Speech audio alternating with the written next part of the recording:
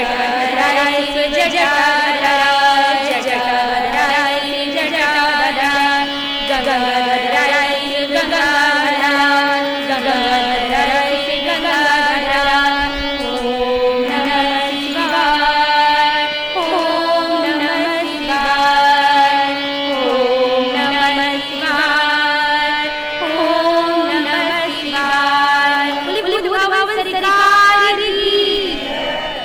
अकारण करुणा लाले भगवान शिव कल्पतरु तड़ुदित विनंदित अनंत कोटि ब्रह्मांड अवघड़दानी बाबा विश्वेश्वर नाथ के चरणों में कोटि कोटि प्रणाम।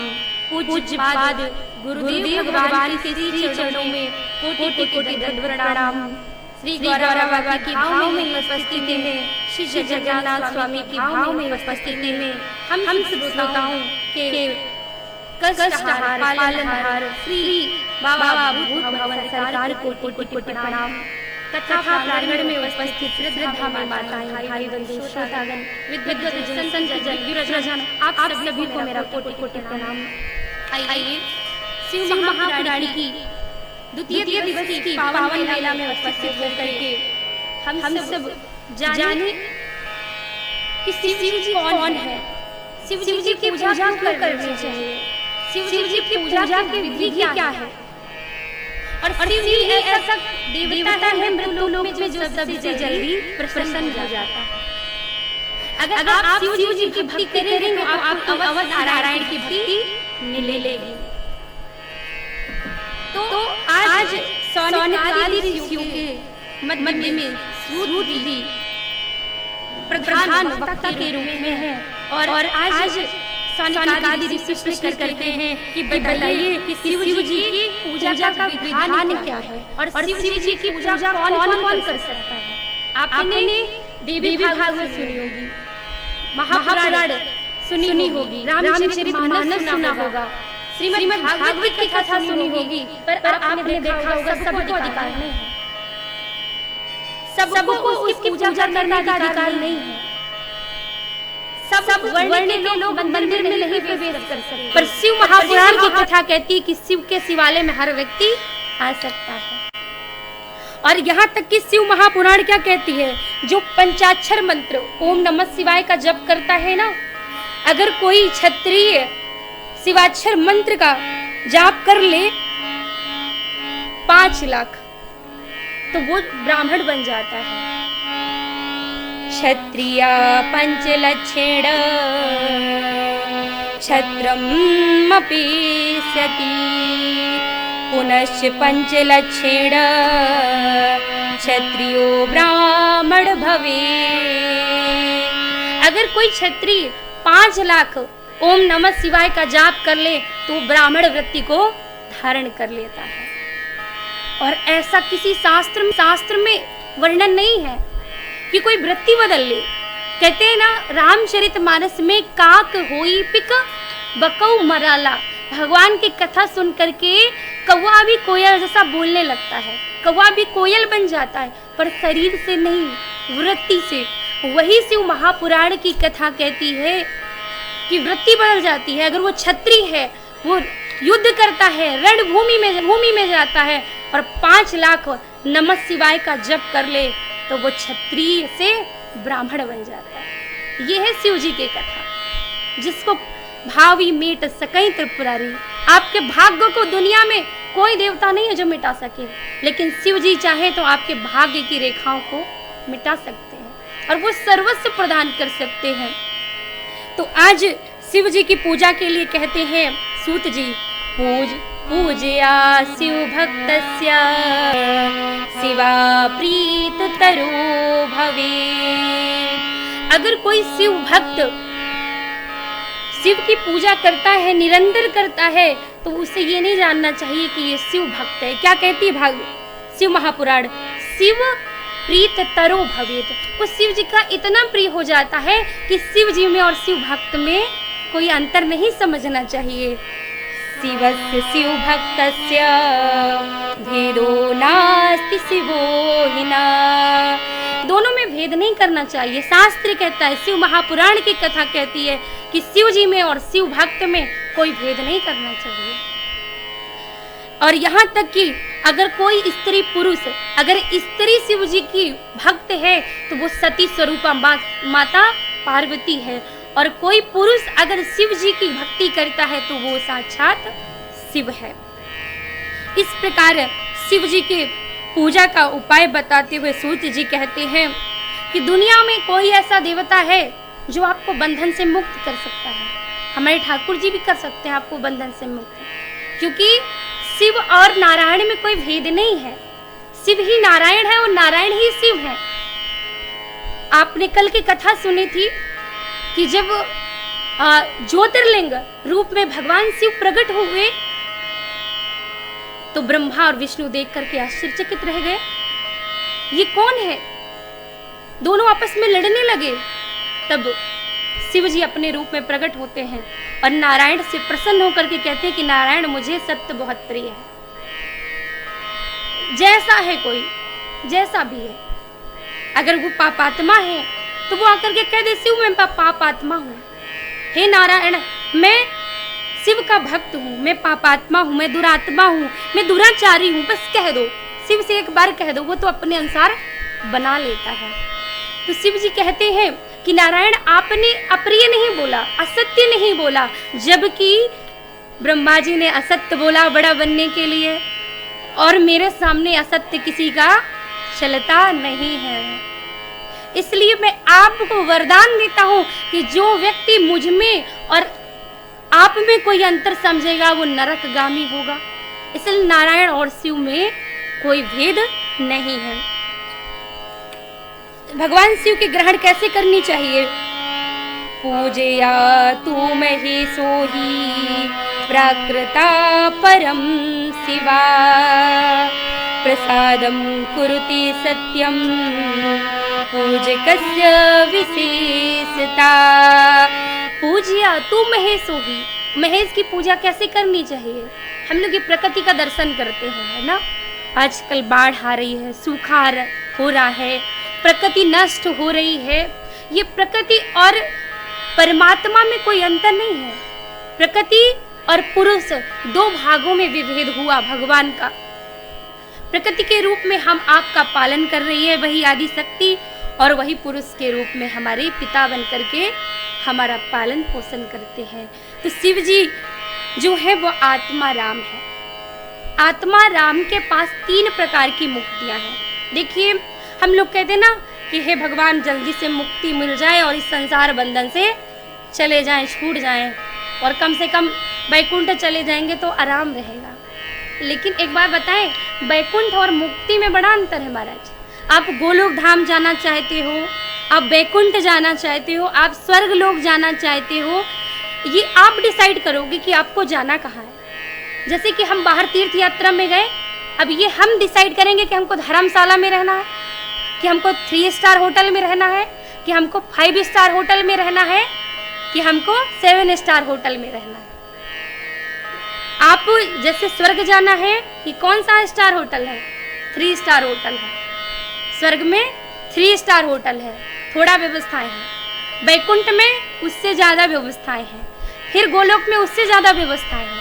लेकिन मुक्ति नहीं मिलेगी। जब आप उनका उपभोग कर लोगे, उसके बाद जब आपके पुण्य समाप्त हो जाएंगे तब आपको फिर यहाँ पर आना पड़ेगा। इसीलिए शास्त्र कहते हैं पुनरपि जननम पुनरपि मरणम पुनरपि जननी जठरे शयनम। बार बार व्यक्ति जन्म लेता है और जन्म लेकर के मर जाता है, पर इससे मुक्ति नहीं मिलती। हम कहते हैं ना भगवान हमें मुक्ति दिला दो। मुक्ति अर्थात दोबारा जन्म ना हो। ये मानव तन जो हमने लिया है, ये कभी कोई दूसरा वस्त्र धारण ना करे। हम लोग वस्त्र धारण करते हैं। कभी हमने कुत्ते का वस्त्र धारण कर लिया तो हम कुत्ते कभी हमने गधे का वस्त्र धारण किया तो गधे बन गए। कभी हमने बंदर बन गए। कभी मानव चोला लिया तो मानव बन गए। लेकिन भगवान की कथा मोक्ष वाली आत्मा राम, जिसने शिव जी का पूजन किया है दोबारा कभी जन्म नहीं होता। ये है शिव का। अगर आप भागवत सुनते हैं, आप में पार जाता नारायण प्रसन्न हो गए, लेकिन कदाचित फिर आपका कर्म वहां से शुरू हो गया, अंत में आपका सत्य समाप्त हो गया, तो फिर आपको जन्म लेना पड़ेगा। लेकिन शिव महापुराण की कथा कहती है कि व्यक्ति का सीधे मोक्ष होगा। किस प्रकार शिव कभी बुराई नहीं देखते। जैसे हम लोग अन्न ग्रहण करते हैं, अन्न में हमने रोटी भी खाई, चावल भी खाया, दाल भी खाई, और ये कहा गया जठर अग्नि में, जठर अग्नि में गया ना, और जठर अग्नि में जाकर के भोजन, ये जो शरीर है क्या लेता है, विटामिन लेता है, कार्बोहाइड्रेट लेता है, वसा लेता है, जो पौष्टिक चीजें हैं वो ग्रहण कर लेता है, और जो बेकार चीजें हैं वो मल के रूप में बाहर हो जाती है। उसी प्रकार शिव ऐसे देवता है, वो आपकी बुराई नहीं देते, जो अच्छाई है ना वो ग्रहण कर लेते, बाकी विषय पदार्थ के रूप में छोड़ देते हैं। लिखा है, शिव पुराण कहती है, यथा हि जठराग्निश्च भक्ष्यादि विद्वान् बहून् दग्ध्वा सारतरं सारा स्वदेहं परिपोष्यति, तथा पंचकर्तापि समशिवा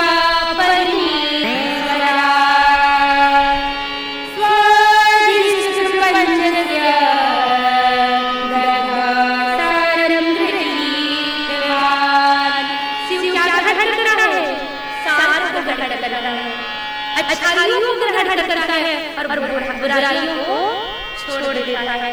बोलिए हर हर महादेव। इस प्रकार सौनक ऋषियों को शिव की महिमा का बयान करते हैं कि शिव की जो पूजा है वो कलयुग में कैसी होनी चाहिए। पार्थिव शिवलिंग, पार्थिव पूजन अगर आप करते हैं, दूसरे का बनाया हुआ नहीं, अगर आप खुद पार्थिव शिवलिंग बनाते हैं उसी का पूजन करना चाहिए। और अगर आपने कलयुग में पार्थिव शिवलिंग बनाया है तो वो एक अश्वमेघ यज्ञ के बराबर फल देता है। आपने नाम सुना होगा परम पूज्य संत श्री दद्दा जी महाराज, सुना है? उन्होंने पूरे विश्व में असंख्य शिवलिंग बनवाए, इतने शिवलिंग बनवाए, इतनी सेवा की, और आज जब उनका शरीर छोटा तो वो शिव के अधिकारी हो गए। इस कलयुग में कुछ ना करिए, आप केवल पार्थिव शिवलिंग बनाइए और पूजन करिए, आपको अश्वमेघ यज्ञ का फल मिलता है। शिव जी कहते हैं मेरी पूजा, मेरा स्वरूप अगर समझना है तो पार्थिव में समझो। कैसे? पार्थिवराधनम पुण्यम धन आयुर्यशो वृद्धिम तुष्टिदम पुष्टिदम श्रीदम कार्यम साधक सतमयी। क्या? पार्थिव आराधनम पुण्यम धन आयुर्वेतमम। अगर आपने पार्थिव शिवलिंग का पूजन किया है तो धन आयु विवर्धनम, आपको क्या मिलेगा? धन भी मिलेगा और आयु भी बढ़ेगी। तुष्टिदम, आपको तुष्टि भी मिलेगी और संतुष्टि भी मिलेगी। श्रीदम अर्थात लक्ष्मी भी मिलेगी। साधक सत्यमयी, और वो साधक के रूप में भी होगा। कुछ नहीं करना, बताइए शिवलिंग बनाने में मेहनत है? पार्थिव पूजन करने में मेहनत है? कुछ नहीं है। बाबा आशुतोष औगड़दानी इतने सच्चे, इतने सरल हैं कि बस शिवलिंग बना करके एक लोटा जल डाल दो, प्रसन्न हो गए। तो कलयुग में इससे सरल उपाय क्या हो सकता है? और एक बात आप कहो कि हम खूब भजन करते हैं, खूब जप करते हैं, लेकिन आपके जप में गलती हो सकती है, आपके भजन में गलती हो सकती है, आपके चित्त में बुराई आ सकती है, पर शिवलिंग को स्नान करते हुए थोड़ा ना कोई अपराध हो जाएगा, कुछ हो सकता है। और हम बहुत बड़े बड़े देवी देवताओं का पूजन करें, लेकिन जब मृत्यु आती है किसी की तो किसी ब्राह्मण के पास जाओ तो वो क्या बताता है? ये नहीं कहता कि नारायण कवच का पाठ कर लो, पुरुष सूक्त का पाठ कर लो, देवी कवच का पाठ कर लो। वो क्या कहता है? महामृत्युंजय जब बैठा दो, ये मृत्यु भी अगर इसकी आ गई होगी तो ये पुनः ठीक हो जाएगा। और ये केवल शिव की पूजा में ही सार्थकता है। पार्थिव शिवलिंग का आज वैदिक विधान बताया है। उसके बाद शिव जी का ध्यान, और ध्यान करने के बाद करबद्ध होकर के शिव जी से एक ही प्रार्थना करो कि हे अवगढ़दानी बाबा, हम कुछ नहीं जानते, हम तो अज्ञानी हैं, और आप में तो सब कुछ समाहित है, पूरा ब्रह्मांड समाहित है। आप चाहें तो हमें ज्ञानवान बना सकते हैं, आप चाहे धनवान बना सकते हैं, आप चाहे श्रीवान बना सकते हैं, हम कुछ नहीं जानते। और अज्ञानादि वाज्ञाना जपं पूजादिकं मया कृतं तदस्तु सफलं कृपया तव शंकरा। हे शंकर जी, अज्ञान आदि, मैंने अज्ञान से आपका पूजन किया है, ज्ञान से जप किया है, तो भी कृतम तदस्तु सफलम, आप मेरी पूजा को सफल कर दो। इस प्रकार सूत जी कहते हैं कि शिवलिंग की पूजा का अधिकार स्त्री को भी है, पुरुष को भी है, शूद्र को भी है, ब्राह्मण को भी है, क्षत्रिय को भी है, यहाँ तक कि प्रतुलोम जाति के लोग जो किन्नर हैं उनको भी शिव की पूजा का अधिकार मिला है।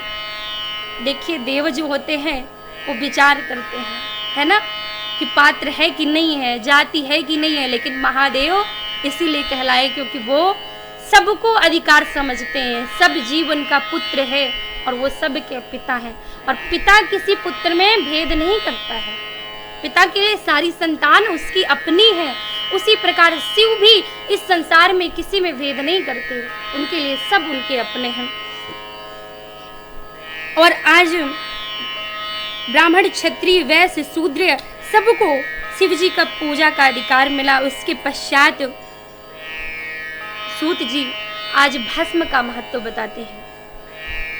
बहुत सारे लोग कहते हैं, मैंने भी सुना है, एक बार मैं बनारस में थी, काशी में थी, तो शिव जी के बाबा विश्वनाथ के मंदिर में मुझे त्रिपुंड लगा दिया, भस्म लगा दिया। फिर हम गंगा तट पर आए तो एक पुजारी जी आए और उन्होंने मेरा त्रिपुंड मिटा करके चंदन लगा दिया। बोले त्रिपुंड नहीं लगाना चाहिए महिलाओं को, लेकिन शिव पुराण कहती है कि भस्म महिलाओं को लगानी चाहिए। 2 प्रकार की होती है भस्म, दोनों का महत्व है, किसको कौन सी भस्म लगानी चाहिए। भस्म 2 प्रकार की है, एक है महाभस्म, एक है भस्म। महाभस्म के 3 प्रकार हैं, श्रौत, स्मार्त्य भस्म और एक सामान्य भस्म है। जो सामान्य भस्म है वो महिलाओं को लगानी चाहिए।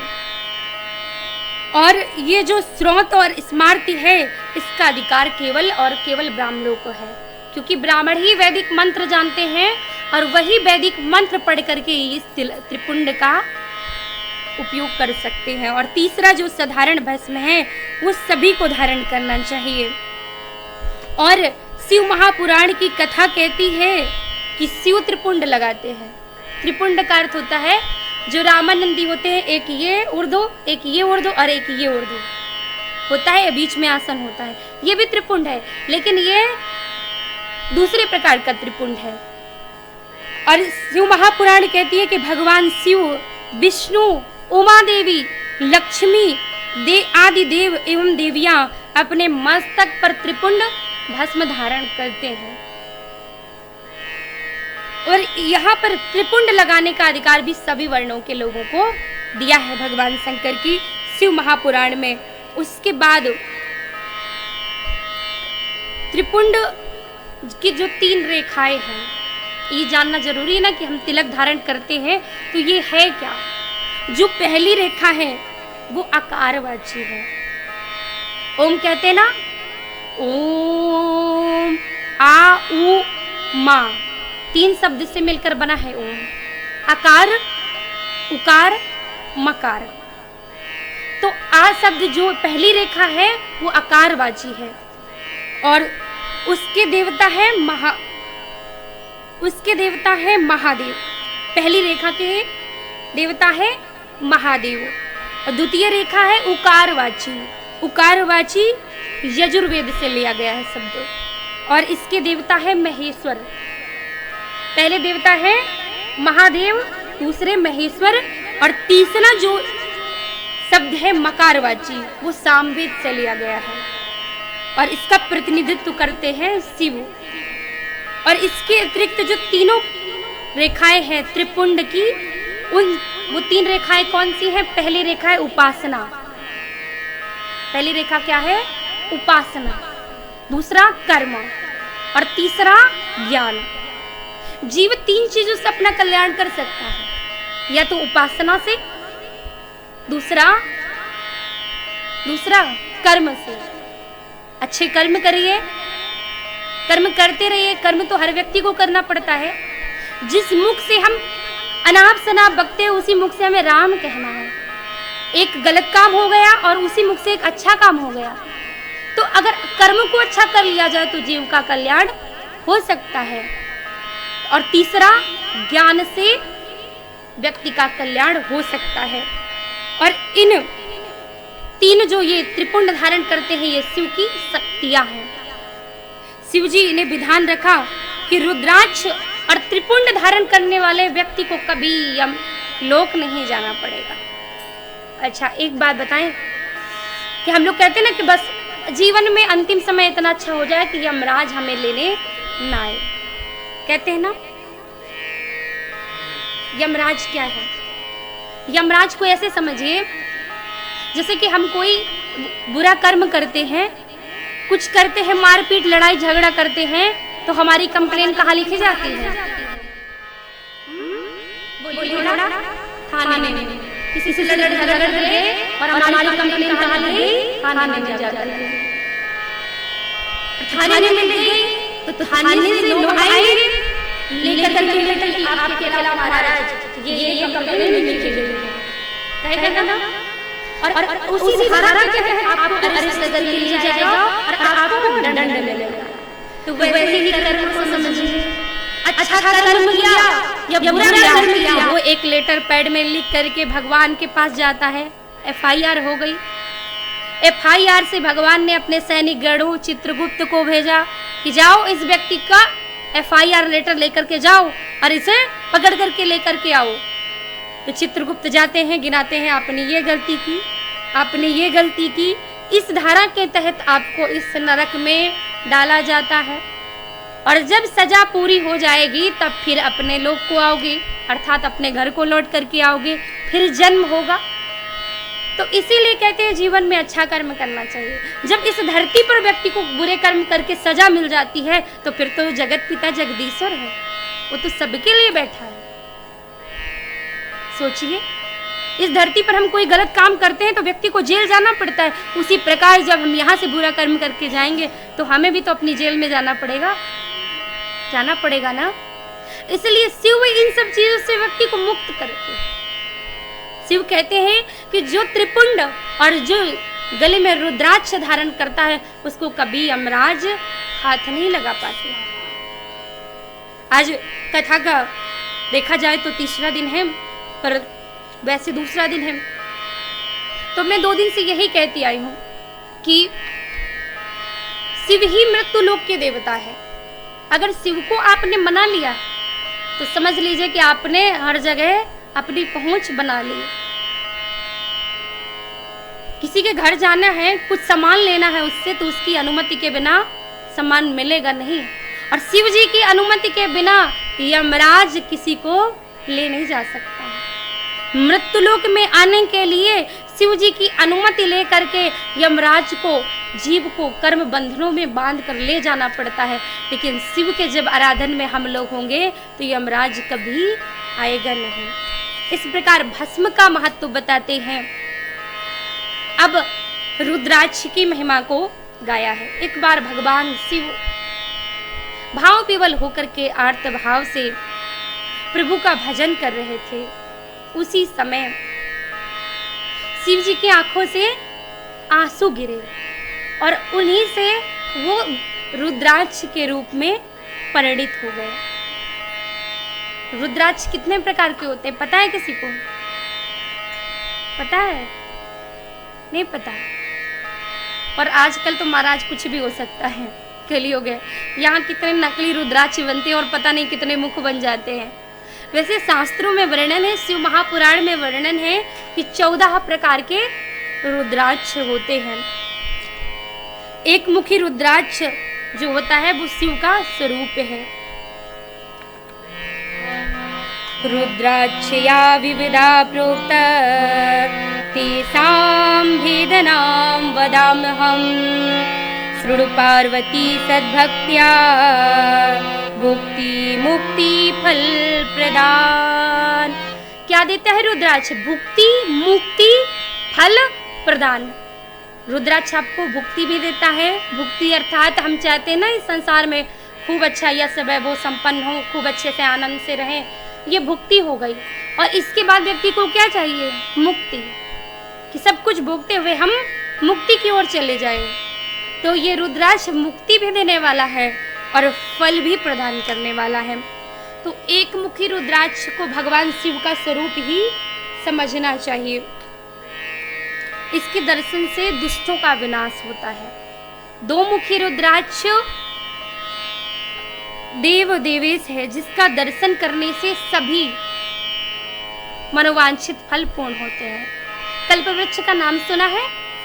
कल्पवृक्ष के नीचे बैठ करके जो मांगो, दुनिया में कोई भी वस्तु असंभव नहीं है कल्पवृक्ष को। उसी प्रकार शिव के दो मुखी रुद्राक्ष का दर्शन करने से आपके समस्त मनोरथ पूर्ण होते हैं। और तीसरा मुखी रुद्राक्ष जो त्रिमुखी रुद्राक्ष है, उसके दर्शन से सब कुछ सुलभ होता है। चतुर्मुखी रुद्राक्ष ब्रह्मा जी का प्रतीक है, जिसके दर्शन करने से चतुर्वर्ग फल, चतुर्वर्ग फल जानते हैं? 4 प्रकार के फल होते हैं ना, धर्म अर्थ काम मोक्ष।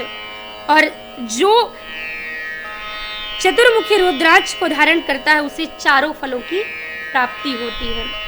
पंचमुखी रुद्राक्ष का नाम है कालग्नि। कालग्नि जो पंचानन शिव का प्रतीक है। कालग्नि नाम है पंचमुखी रुद्राक्ष का। और छठमुखी रुद्राक्ष जो है वो भगवान कार्तिकेय का स्वरूप है। जो छठमुखी रुद्राक्ष धारण करता है उसको भुजाओं का बल मिलता है, बाहुओं का बल मिलता है। इसलिए छठवीं मुखी रुद्राक्ष को अपने दाहिने स्कंद में, अपने यहाँ पर धारण करना चाहिए, बाह में। और 7वां मुखी रुद्राक्ष जो है उसका नाम है अनंगी। भगवान शिव ने जब काम का दहन किया तो ये जो 7वां मुखी रुद्राक्ष है तब प्रकट हुआ।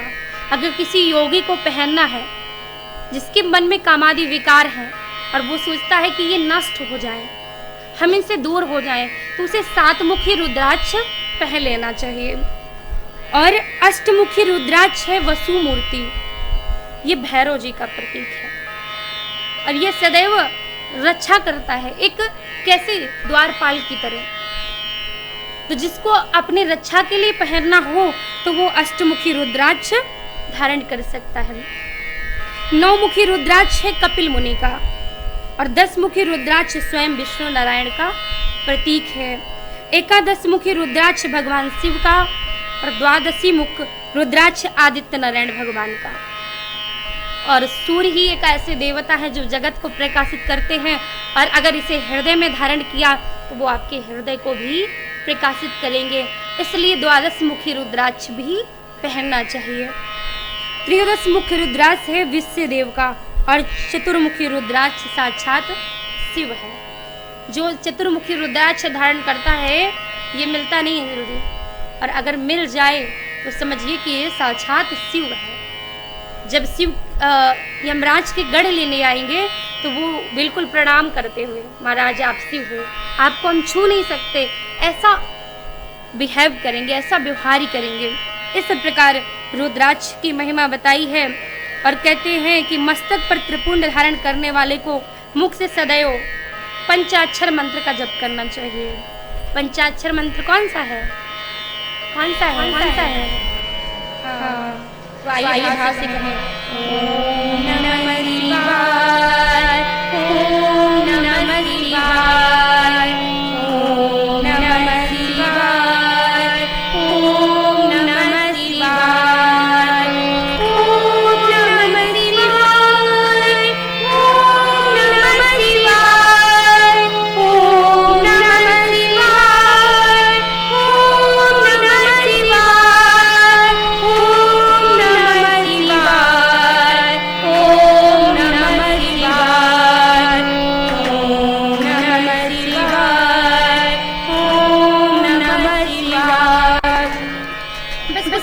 जाना।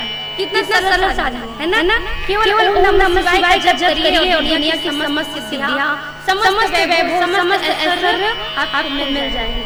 दुनिया में बाबा शिव के जैसा अवगढ़दानी आस्तोष कोई नहीं है, बहुत जल्दी प्रसन्न हो जाते हैं। आपने एक लोटा जल चढ़ाया, अरे जल नहीं, शिव महापुराण की कथा कहते हैं कि आप शिव के दर्शन ना करिए, शिव के मंदिर के बाहर से कभी निकल जाइए तो भी शिव अपना लोक दे देते हैं। सोचिए, आपको शिव जी के दर्शन नहीं करना, आप शिवलिंग के शिवालय के द्वार से भी बाहर निकल जाए ना तो आपको शिव लोक मिलेगा। बताइए ऐसा अवगढ़दानी कहीं मिलेगा? बोलिए वत्सल भगवान की।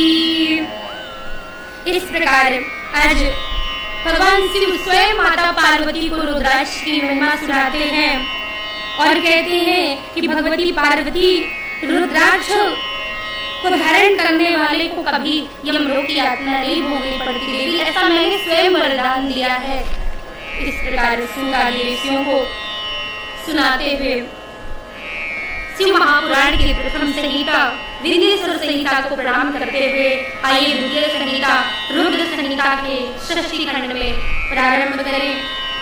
ऋषि प्रश्न करते हैं कि हे सूत जी महाराज, आपके ऊपर तो व्यास भगवान की बड़ी कृपा है। व्यास जी जिन्होंने 18 पुराणों की रचना की, 4 वेदों की रचना की, उन्होंने आपको ज्ञान दिया है। आपके ऊपर भगवान शिव की भी अद्भुत कृपा है, तभी तो आप में इतनी अच्छी कथा सुना रहे हैं। हम आपसे प्रार्थना करते हैं कि हमें और कथा को सुनाइए, क्योंकि हमें इससे तृप्ति नहीं हो रही है। पिबन्त स्वानुहा भोजज्ञानतमयम् अवितृप्ता पुनाकशे प्रसूमिच्छामयि नघ। अभी हम आगे हैं आपकी कथा को सुन करके। क्या है? पिबन्त स्वानुहा भोज अच्युत। अभी हम आपके मुख से और पीना चाहते हैं और सुनना चाहते हैं। अच्युत हमें भगवान शिव की ज्ञानामृत की कथा श्रवण कराइए। हम आपसे पूछना चाहते हैं कि ये बताइए कि भगवान शिव सृष्टि के आदि मध्य अंत में किस रूप में किस प्रकार से स्थित होते हैं, ये सब बताने की कृपा करें कि भगवान शंकर तो निर्गुण और निराकार होकर के भी सगुण रूप में अवतार लेते हैं, तो उनकी कथा सुनाइए, वो कैसे सिद्ध होता है सब। तब ऋषि कह रहे हैं कि मैं बहुत प्रसन्न हूँ। कथम प्रसन्नाम याति शंकरो लोक शंकरा। अरे ऋषियों, तुम सबके ऊपर मैं बहुत प्रसन्न हूँ। कथम प्रसन्नताम याति शंकरो लोक शंकरा। लोक पर अहेतु की कृपा करने वाले बाबा आशुतोष का आराधन का सुगम उपाय क्या है, मैं तुम सबके सामने कहता हूँ। और भोले बाबा भक्तों को क्या प्रदान करते हैं, हमने सुना है कि वो आशुतोष हैं, भक्त के प्रयास को नहीं देखते। आप मंदिर में जाओ, भगवान विष्णु का ध्यान करो, तभी वो आप पर प्रसन्न होंगे। लेकिन शिव जी भक्त के प्रयास को नहीं देखते, क्या करते हैं, वो ऐसे ही उनकी भावना से प्रसन्न हो जाते हैं। सद्या प्रसन्नो भगवान भवतीनु सुषुमा भक्तं प्रयासं स महान् पश्यति दया परा। ब्रह्मा विष्णु महेश त्रिवो देवा शिवांगजा महेशत्र पुरांस स्वमेव शिवो परा। अरे ऋषियों, सद्यः प्रसन्नो भगवान वो तो बहुत जल्दी प्रसन्न हो जाते हैं। कैसे? भावों से। भक्ता प्रयासा सा नाम महान पश्यति दया परा। वो केवल दया करके ही भक्तों को महान बना देते हैं। ब्रह्मा विष्णु महेश तीनों देवता सब किसके अंश हैं? शिवांगजः। शिव के अंगों से ही प्रकट हुए हैं। 3 देवता ब्रह्मा विष्णु महेश, तीनों देवता शिव के अंगों से ही प्रकट हुए हैं। महेश तत्र पूर्णांशः, जो महेश है वो पूर्ण है और उन्हीं से तीनों रूपों का प्राकट्य हुआ है। स्वयं शिवोपरा, स्वयं शिव जी का भी प्राकट्य किससे हुआ? भगवान महेश से हुआ। तो इसके साथ साथ ही अब प्रश्न करते हैं ऋषि कि जब शिव के अंशों से हुआ है तो हम सुनना चाहते हैं कि किस प्रकार शिव जी ने सगुण रूप में अवतार लिया, कैसे उनका विवाह हुआ, कैसे उनके चरित्रों की कथा है, और जो कुछ भी हमने प्रश्न ना किया हो, हमसे छूट गया हो, वो भी आप हमें सुनाने की कृपा करें। तो प्रसन्न हो करके आज सूत जी कहते हैं, सदा शिव कथा प्रश्ना पुरुषान् स्त्रीन् पुनाति, वक्तारं प्रच्छकं श्रोतन् जानवकी सलिलं यथा। अरे सदा शिव कथा प्रश्ना पुरुषान् स्त्रीन् पुनाति, जो शिव कथा में प्रश्न करता था, चाहे वो स्त्री हो चाहे वो पुरुष हो, वक्तारं प्रच्छकं, चाहे वो वक्ता हो चाहे पूछने वाला हो, उसे कैसा समझना चाहिए?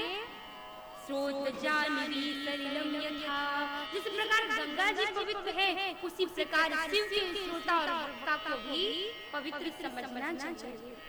इसलिए हे विप्रो, आपने जो कुछ मुझसे पूछा है यही सब पूर्व काल में श्री नारद जी ने ब्रह्मा जी से पूछा था, और ब्रह्मा जी नारद जी की शिव भक्ति देख करके बहुत प्रसन्न हो गए, गौरवान्वित हो गए कि वाह पुत्र, आज तुमने सचमुच में एक अच्छा संवाद शुरू किया। रामचरितमानस कहती है, सुन जननी सोई सुत बड़ भागी, जो पितु मातु चरण अनुरागी। यही शिव महापुराण आज ब्रह्मा जी भी यही कहते हैं कि आज मेरा जीवन पुत्र, आज तुमने अपने पिता से भगवत शरणागति के लिए प्रश्न किया है, तो आज मेरा जीवन धन्य हो गया। जब बेटा और ये बेटियां कोई अच्छा काम करते हैं तो माता पिता गौरवान्वित होते हैं, और कहीं बुरा कर्म करते हैं तो माता पिता को दुख होता है। तो इसीलिए रामचरितमानस कहती ना, सुनु जननी सोई सुत बड़ भागी, जो पितु मातु वचन अनुरागी। पुत्र वही समझना चाहिए, बड़ भागी वही समझना चाहिए जिसकी संतान अपने माता पिता की बात को न टाले। जैसे कि हमारी मोहित भैया की मम्मी बैठी है, कुछ भी कह दे भैया से, भैया तुरंत मान जाते हैं। एक बार ही कहा कि हमको सावन में शिव महापुराण की कथा सुनना है, तो भैया ने एक बार भी नहीं कहा कि मम्मी बहुत व्यस्तता है, बहुत वो है, बोले ठीक है रख लो। तो पुत्र ऐसा ही हो जो माता पिता को धार्मिक कार्य से जोड़े।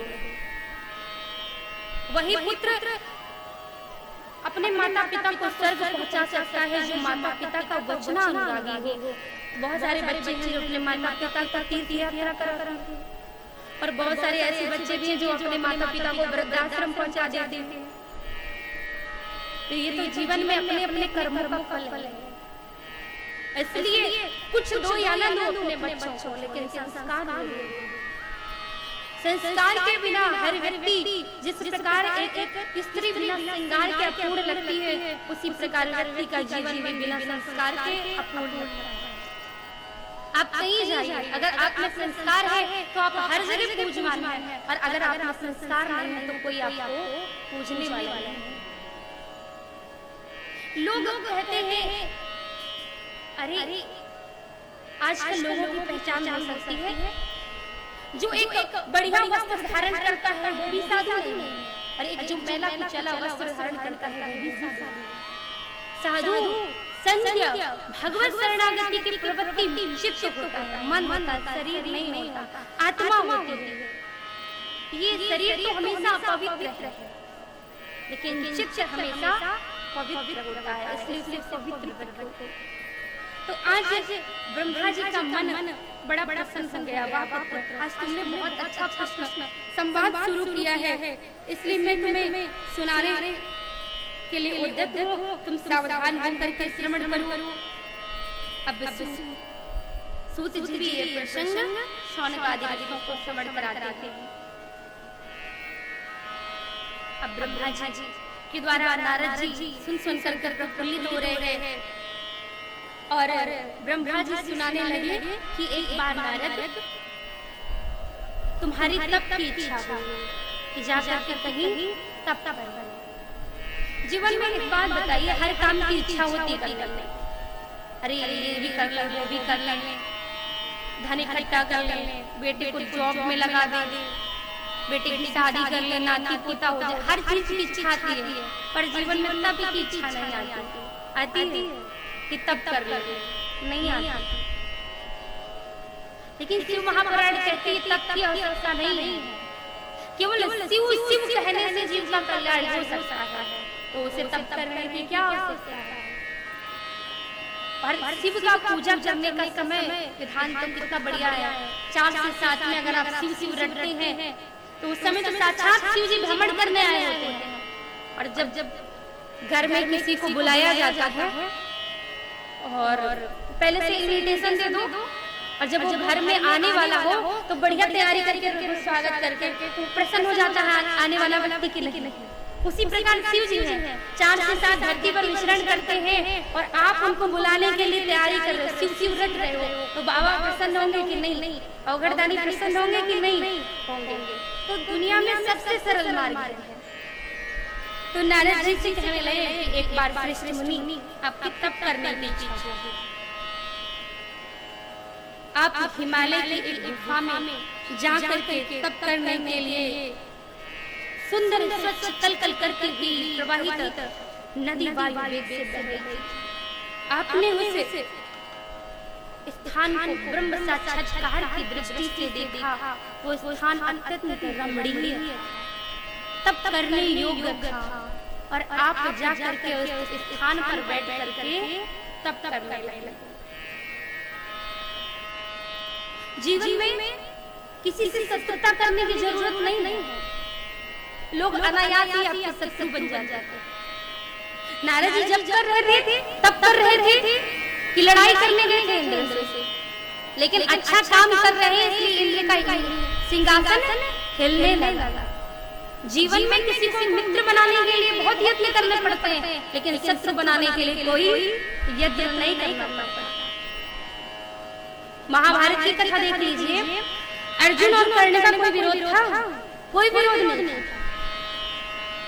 उठा करके देख लीजिएगा महाभारत, अर्जुन और कर्ण का कोई विरोध नहीं था, लेकिन कर्ण ने अर्जुन से विरोध मान लिया। क्यों? क्योंकि बढ़ते प्रभाव को देखते हुए, उसके यश को देखते हुए। तो जीवन में कई बार ऐसी परिस्थिति आती है, लोग आपके यश को, आपके धन संपदा को, आपके वैभव को देख करके आपके शत्रु बन जाते हैं, इसलिए चिंता नहीं करनी चाहिए। अब देखिए नारद जी तो बेचारे तप करने बैठे थे, कितना अच्छा कर्म है, ना किसी से बुराई, केवल जब ही तो कर रहे हैं, भगवान का स्मरण कर रहे हैं। अब बताइए इंद्र को जलन होने लगी, इंद्र अपना शत्रु मान लिया नारद जी को, और दौड़ा काम के पास गया, बोला भैया जब भी मेरे शत्रु बढ़ते हैं ना तो तुम ही मेरी मदद करते हो। अब बहुत बड़ा संकट मेरे ऊपर आ पड़ा है, जाकर के मेरी रक्षा करो। काम ने कहा बताओ क्या रक्षा करना है, क्या उपाय करना है? बोले कि जाकर के नारद जी की समाधि को भंग कर दो।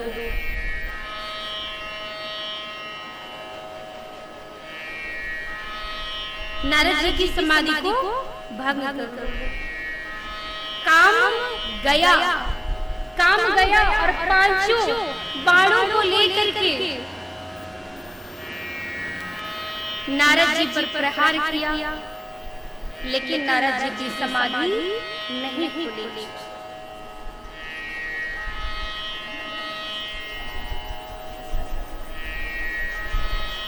नारद जी की समाधि नहीं खुली। काम ने बहुत प्रयास किया, लेकिन सफल नहीं हुआ। दौड़ा इंद्र के पास आया और बोलने लगा मैंने खूब भरसक प्रयास किया, लेकिन मैं कोई प्रभाव नहीं डाल पाया। इंद्र दौड़े नारद जी के पास गए। वाह मुनि, आप की समाधि से प्रसन्न हो गया, आपको तो काम भी हिला नहीं पाया।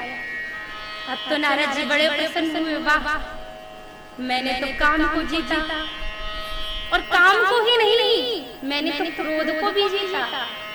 काम जब भगवान शंकर के सामने गया तो भगवान शंकर को क्रोध आ गया, और तीसरा नेत्र खोल करके काम को भस्म कर दिया, और मुझे तो क्रोध भी नहीं आया।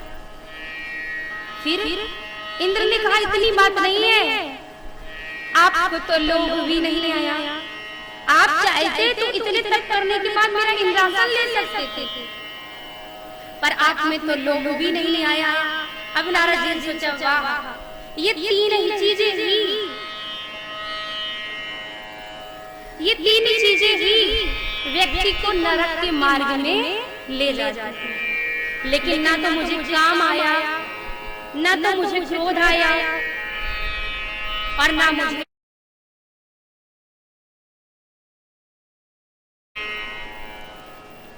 मुझे तीनों चीजों में कोई नहीं आया। तो बोले कि ये बहुत बढ़िया बात है, अब तो प्रसन्न होकर के जाने लगे। पर नारद जी ये भूल गए कि वो जिस स्थान पर बैठे थे वहाँ काम नहीं, काम का बाप भी आ जाता तो प्रवेश नहीं कर सकता था। वो धरा कौन सी थी जहाँ पर शिव जी ने काम को भस्म कर दिया था, और काम जानता था कि अगर मैं इस स्थान पर गया तो दोबारा शिव जी के तप से भस्म हो जाऊंगा, इसलिए काम उस स्थान पर जा ही नहीं पाया। और जैसे ही नारद जी उठे वहां से आगे बढ़े, वैसे ही काम ने भी लपेट लिया, क्रोध ने भी लपेट लिया, और लोभ ने भी लपेट लिया। सोचने लगे, वाह मैंने तीनों चीजें जीती हैं, अब तो मैं जाऊं। दौड़े दौड़े गए कहाँ? अपने पिताजी के पास, ब्रह्मा जी के पास, और बोले, पिताजी आज आपके बेटे ने बहुत बड़ा काम किया। ब्रह्मा जी बोले, कौन सा काम? बोले, आज मैंने काम, क्रोध, लोभ को जीता, आज मैंने सब कुछ जीत लिया। ब्रह्मा जी मुस्कुराए, जहाँ मैं आ गया ना वहाँ शिव की माया ने नारद को मोहित कर दिया। आज तक ये कहते थे नारायण नारायण नारायण, सब कुछ मेरा काम नारायण से होता है, और आज ये कह रहे कि आज मैंने बहुत बड़ा काम किया। जब मैं था तब हरि नहीं, अब हरि है मैं नाही, प्रेम गली अतिसा तेरी तामे दोन समाही। समझ रहे कि अब ये मैं आ गया, अब यहाँ ना तो प्रेम है और ना तो भगवान नारायण है। अब सोचने लगे कि लगता है पिताजी को अच्छा नहीं लगेगा। अरे किस बाप को अच्छा नहीं लगेगा उसका बेटा तरक्की करे? दुनिया में एक बाप के अलावा कोई नहीं है संसार में जो ये चाहे कि मुझसे आगे बढ़े। दुनिया में सब चाहते हैं कि आप अच्छा काम करिए, सब चाहते हैं, लेकिन कोई ये नहीं चाहता कि आप उससे अच्छा काम करें। एक पिता ही है, एक गुरु ही है जो ये चाहता है कि मेरा बेटा, मेरा शिष्य मुझसे ज्यादा नाम रोशन करे। लेकिन नारद जी को यहाँ माया सता गई शिव जी की, और कहने लगे कि मेरे पिताजी को अच्छा नहीं लगा, मेरे पिताजी मेरी आज इस तपोनिष्ठ तप से प्रसन्न नहीं, अर्थात इनको लग रहा है कि इनसे ज्यादा श्रेष्ठ इनका बेटा। नारद जी मन में सोचते हुए सोचे, अब तो चले भगवान विष्णु के पास। वैसे आपने रामचरितमानस में सुना होगा कि शिव जी के पास जाते हैं, लेकिन यहाँ शिव महापुराण की कथा कहती है कि विष्णु जी के पास, विष्णु जी के पास गए। विष्णु जी ने देखा नारद जी आए हैं, तो पता क्या कहते हैं? आइए आइए नारद जी, स्वागत है। धन्य स्वम शिवा धन्या ते माया सर्व विमोहिनी। अरे धन्य है आज शिव जी की माया को। आइए नारद जी, आपका स्वागत है। और नस्तिको ब्रह्मचारित्वं ज्ञानं वैराग्यवान् सदा कथं काम विकारी स्यात् जन्मना विकृता सही। क्या कहा? नस्तिको ब्रह्मचारित्वं। आओ आओ, नस्तिको ब्रह्मचारी। नस्तिक ब्रह्मचारी नारद जी के अलावा दुनिया में कोई नहीं है।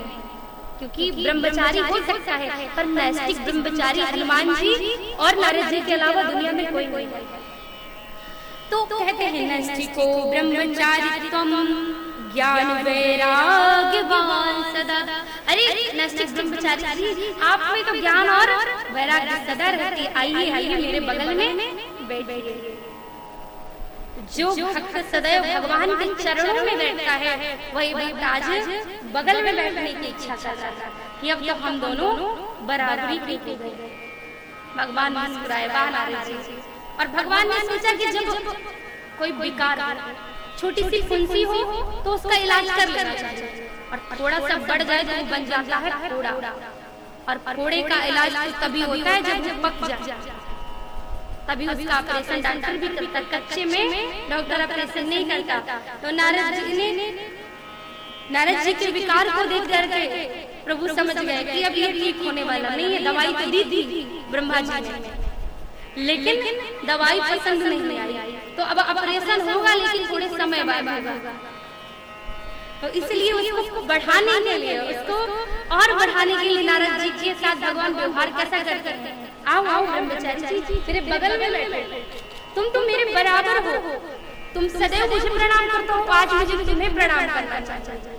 नारद जी सोचे वाह प्रभु, आज तो कितना हम धन हो गए, आज तो प्रभु हमें प्रणाम करते हैं। भगवान ने कहा वाह। नारद जी बोले अब बहुत सारा काम है, अब चलते हैं। भगवान कहे ठीक है नारद जी। भगवान ने सोचा कि अब मेरे भक्त का पतन न हो जाए। भगवान हमेशा हर पल पर विचार करते हैं कि मेरे भक्त का पतन न हो जाए। देखिएगा, इस कथा से श्रवण कीजिएगा क्या मिलता है। भगवान ने सोचा नारद जी नैष्ठिक ब्रह्मचारी हैं, भजन करने वाले, तप करने वाले, जप करने वाले, और कहीं इनका पतन हो गया तो दुनिया क्या कहेगी। नारद जी जैसे ही जा रहे थे तो बढ़िया भगवान ने एक नगर का निर्माण किया। सीली नाम के राजा वहां बने। इतना बढ़िया नगर नारद जी प्रवेश कर गए। अब नारद जी देखने लगे, वाह कितना सुंदर नगर है। सौंदर्यम सर्वनारीणाम प्रियम भवती सर्वथा।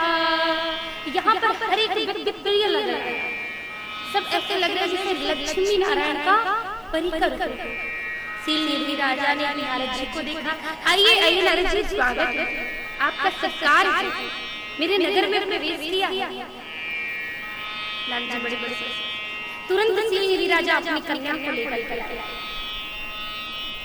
जैसे ही नारद जी ने देखा, पहले क्या आया, लोभ आया। जब भगवान कृष्ण के बगल में, नारायण के बगल में बैठे तो लोभ आया कि हम दोनों बराबरी के हो गए, ये पद के अधिकारी हो गए। अब क्या आएगा, काम आएगा। अब देखा राजा की जो कन्या है श्रीमती, उसको देख करके नारद जी के मन में क्या आया, काम आया। कितनी सुंदर कन्या, साक्षात लक्ष्मी स्वरूपा। अगर ये मुझे मिल जाए तो मेरा जीवन धन्य हो जाए, बिल्कुल नारायण जैसा हो जाएगा। तो उसके हाथ की रेखाएं देखने लगे। राजा ने पूछा कि ये कैसी है, ये कन्या की भाग्य की रेखाएं कैसी हैं? बोली ये तो लक्ष्मी स्वरूपा है, जिस पुरुष को मिलेगी वो हर युद्ध में विजेता होगा, परम सुख भोगने वाला होगा। पर मन में सोचने लगे नारद जी कि मुझे वरण कैसे करेंगे, मुझे कैसे मिले। तो क्योंकि कन्या को क्या पसंद होता है, शास्त्र कहता है कन्या वरणे रूपम माता विद्यम पिता गुणम। कन्या का विवाह कैसे होता है, कन्या रूपम। कन्या क्या पसंद करती है, कन्या सोचती है कि मेरा पति सुंदर हो, और माता विद्यम, विद्य को अर्थात धन को, कि मेरा दामाद जो हो बड़ा धनवान हो, और पिता गुणम, पिता गुणवान हो। पिता सोचता है कि मेरा जो दामाद हो वो गुणवान हो, जिससे हमारा नाम हो। और लोग क्या सोचते हैं, बांधवा जो बंधु लोग होते हैं, जो परिवार के लोग होते हैं, वो सोचते हैं बांधवा कुल विक्षंती। बांधव लोग सोचते हैं कुल अच्छा, फूल अच्छा हो ताकि जिससे लोक लाज की मर्यादा बनी रहे। और लोग जो गांव के लोग होते हैं, पड़ोसी लोग होते हैं, वो क्या सोचते हैं, मिष्ठान मित्र जना, कि चलो विवाह होगा तो हमें मिठाई खाने को न्योता मिलेगा। तो नारद जी सोचने लगे कि रूप तो है नहीं अपने पास, हम तो जोगी वाले रूप के हैं, तो क्या करें। अब सोचने लगे कि अब भगवान नारायण से ही मिलेगा। वो अभी तो उनके सामने बड़ी सीखी झाड़ रहे थे कि हमने काम को जीता, हमने क्रोध को जीता, हमने लोभ को जीता। तो अब कहने लगे मन में कि हे नारायण, अब आप ही कुछ करो। और भगवान नारायण के पास जाकर के कहते हैं, हे नारायण, आप हम पर कृपा करो और हमें अपना रूप दे दो। दिवा पश्यति नो लोको रात्रो पश्यति नावस्या, अपूर्वा कोऽपि कामान्धा दिवानक्तं न पश्यति। नारद जी की स्थिति कैसी हो गई, दिवा पश्यति नो लोको, जैसे दिन में किसको नहीं दिखता, दिन में उल्लू को और रात में कौवे को, लेकिन कामी पुरुष को ना तो दिन दिखता और ना रात दिखता। नारद जी की स्थिति ऐसी हो गई। नारद जी भगवान के पास गए और कहने लगे कि हे नारद जी, हे नारायण, आपसे कुछ चाहिए, आप भक्त वत्सल कहलाते हैं ना, आपसे अब कुछ चाहिए। तो कहे क्या चाहिए, बोले आपका रूप चाहिए। अरे इस संसार में सब मिल सकता है, पर रूप मिल सकता है क्या किसी का, धन मिल सकता है, पद मिल सकता है, मान मिल सकता है, सम्मान मिल सकता है, पर क्या रूप मिल सकता है। लेकिन भक्त वत्सल है, दे सकते हैं। भगवान ने कहा चिंता मत करो, आपको मेरा रूप चाहिए ना। यदि दास्यसि रूपं मे तदा तां प्राप्नुं ध्रुवम्, तद्रूपं सा विना कण्ठे जयमाला न धास्यति। तुम मेरे दास हो, इसलिए मैं तुम्हें अपना रूप दूंगा, लेकिन नारद वैसा रूप दूंगा जैसे तुम्हारा कल्याण। और रामचरित मानस भी यही कहते हैं, क्या, जहि विधि होई नाथ हित मोरा, करहु सो बेग दास मैं तोरा। बोले बस बात बन गई नारद। इतनी ही बात थी कि भक्त एक बार मुझसे कह दे कि जहि विधि होई नाथ हित मोरा, फिर मुझे चिंता नहीं होती सोचने में। भगवान से आप पुत्र मांगोगे, भगवान पुत्र देगा, लेकिन भगवान ने सोचा हो 4 पुत्र देना है, तो आप तो एक ही मांग के रह गए। इसलिए भगवान से कहो जहि विधि होय नाथ हित मोरा, करहु सो बेग दास मैं तोरा। और नारद जी ने अंत में कह दिया, नारद जी ने सोचा वो कामान देंगे, उन्होंने सोचा कि रूप मांगा तो रूप तो मिल जाएगा। और नारद जी ने बात नहीं समझी। भगवान ने कहा नारद, जिसमें तुम्हारा हित होगा वो मैं तुम्हें अवश्य दे दूंगा। नारद जी ने सोचा विवाह में ही तो हित, भगवान मुझे रूप दे। नारद जी चल पड़े। नारद जी ने सोचा वाह बढ़िया विष्णु रूप मिल गया, शरीर पूरा विष्णु का मिला, गले में वैजयंती माला है, पीतांबर है, सब कुछ, लेकिन मुख मिला बंदर का। अब नारद जी को मुख कैसे दिखे, जब व्यक्ति अपना मुख दर्पण में देखे तब न दिखे। और नारद जी ने सोचा जब बढ़िया शरीर चमकीला है तो रूप भी चमकीला होगा, जब नारायण ने शरीर दिया है तो मुख भी वैसा दिया होगा। और नारद जी चले गए श्रीनिधि राजा के यहाँ, जहाँ स्वयंवर समारोह चल रहा था। नारद जी जाकर के अग्रगण आसन में बैठ गए। और संत है, संत को तो वैसे भी व्यक्ति पहला आसन देता है, और वो सोचे आज हम नारायण बन करके आए हैं, इसलिए हमें आसन मिला।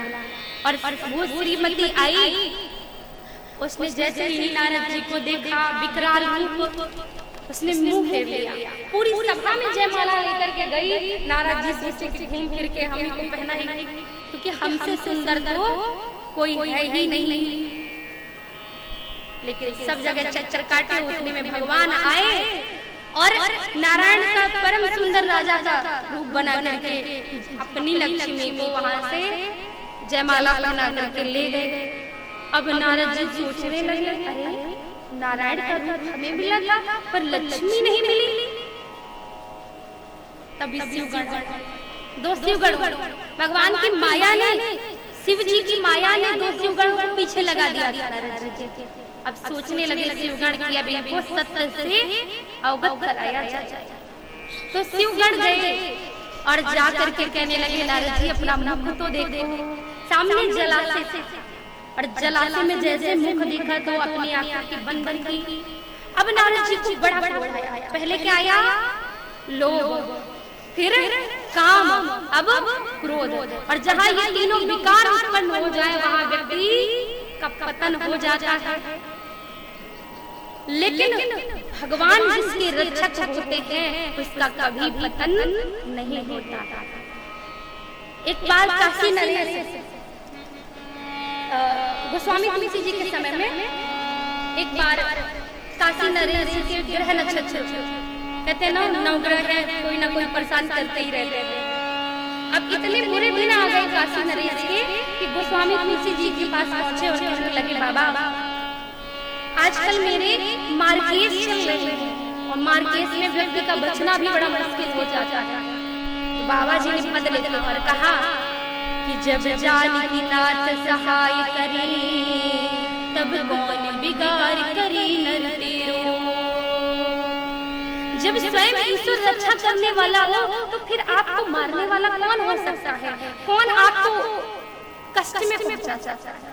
नारद जी को ये तीनों चीजें आई पर भगवान इनके पीछे लगे रक्षा करने वाले। क्योंकि नारद ने विश्वास था ना कि भगवान कभी गलत नहीं करेंगे। कहते हैं ना जहिबिद होए नाथ हितमुरा। भगवान ने कह दिया नारद बात बन गई, तुमने कह दिया ना तुम्हारा हित कैसे होगा, मैं सारा इलाज कर कर। अब जब कोई भयंकर इलाज हो तो कड़वी दवा तो देनी पड़ती है, मीठी दवा से काम चलेगा नहीं।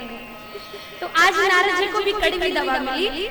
नारद जी को भयंकर क्रोध आया जब अपना मुख देखा और आज क्रोध करते हुए नारद जी ने शिवगण को श्राप दे दिया। अरे मूर्खों, तुम मेरा उपहास करते हो, जाओ तुम राक्षस हो जाओ। पर शिवगण ने कुछ नहीं बोला, शांत हो गए और चले गए। धीरे धीरे नारद जी चलते हुए सोचने लगे आज मेरी जो स्थिति हुई है तो भगवान विष्णु के कारण। और जब भगवान ने मेरी ऐसी स्थिति बनाई है तो जाकर के क्रोध भी भगवान के पास करना चाहिए। और रास्ते में भगवान तो है ही लीला, भगवान भी मिल गए। और कैसे? एक तरफ लक्ष्मी है और एक तरफ श्रीनिधि राजा की कन्या। नारद जी को बड़ा क्रोध आया, अरे एक आपके पास थी अगर एक आपके भक्त के पास हो जाती तो कुछ बुराई हो जाती क्या? कुछ बुराई हो जाती? अरे आपके पास तो पत्नी थी, अगर हमें भी मिल जाती तो कोई बुराई तो थी नहीं। लेकिन आप छलिया, आप दुष्ट हैं। और नारद जी आज अपनी भाषा को भूल गए। लेकिन ये सब कब होता है जब भगवान स्वयं चाहे। भगवान ने क्या कहा? हे हरि तुम महादुष्ट। क्या कह रहे हैं आज भगवान? महादुष्ट कह रहे हैं। हे हरि तुम महादुष्ट कपटी विश्वमोहना। अरे तुम दुष्ट हो, तुम कपटी हो, तुम विश्वमोहनी हो। परोसा हम न सहसे मायावी मलिनाशया। अरे तुमने हमारे उत्कर्ष को, हमारे उत्साह को तुमसे सहन नहीं हुआ। नारायण तुम कपटी, तुम छलिया हो। भगवान मुस्कुरा रहा है। भगवान भी सोचते ना कभी कभी तो खरी खोटी सुनने को मिलती है भक्त से। हमेशा तो यही कहते हैं कि प्रभु मामा आपके हमसे गलती हुई, हमारा अपराध हुआ, हमसे हमें क्षमा कर दो। भक्त को हमेशा माफी मांगते देखा ना, पर खरी खोटी सुनाते नहीं देखा। तो भगवान भी मुस्कुरा रहा है कि वाह नारद, आज तुम मुझे बड़ी अच्छी अच्छी कथा सुना रहे हो। लेकिन नारद जी सोचने लगे कि क्या ये प्रभु को ऐसा कहना ठीक है? फिर पता है क्या कहा अंत में? अरे नारायण स्त्री कृते व्याकुलं विष्णु मम कर्षि विमोहका अन्वाकर्षि स्वरूपेण तेन कपटाकार कृता। तुम स्त्री वियोग कृते दुःखं लाभस्व परं दुःखा मनस्य गतिका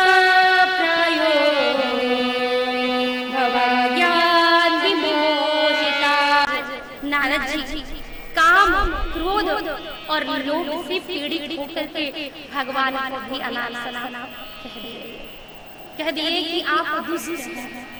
हे हरि तुम महादुष्ट, आपसे बड़ा दुष्ट इस दुनिया में कोई नहीं है। कभी कभी हम कहने लगते ना कि अरे हम तुमसे बड़ा प्रेम करते हैं और तुमने हमें इतनी बुरी बातें कही। तो एक बात बताएं, जहाँ प्रेम होता है वहाँ शब्दों की बातें नहीं होती, और जहाँ शब्दों की बातें होती है वहाँ प्रेम नहीं होता। एक माँ अपने बच्चे से जितना प्रेम करती है दुनिया में कोई नहीं कर सकता, पर जब गुस्साती है तो गाली देती है, थप्पड़ भी लगाती है और बाद में गले भी लगाती है। तो प्रेम में शब्दों का चयन नहीं किया जाता। प्रेम में कभी कभी क्रोध में इतना हम कुछ कह देते हैं कि जो कोई सुन नहीं सकता, लेकिन बदले में प्रेम है ना, तो प्रेम के आगे शब्दों को महत्व नहीं देना चाहिए। भगवान ने नारद जी के शब्दों पर महत्व नहीं दिया, उनके हृदय के प्रेम हो जाता। कभी कभी रिश्ते बहुत बिगड़ जाते हैं केवल शब्दों की वजह से। कभी कभी पुत्र पिता से बात नहीं करता, घर में बंटवारा हो जाता है केवल शब्दों की वजह से। कभी कभी शब्दों को छोड़ करके हृदय का प्रेम देखना चाहिए।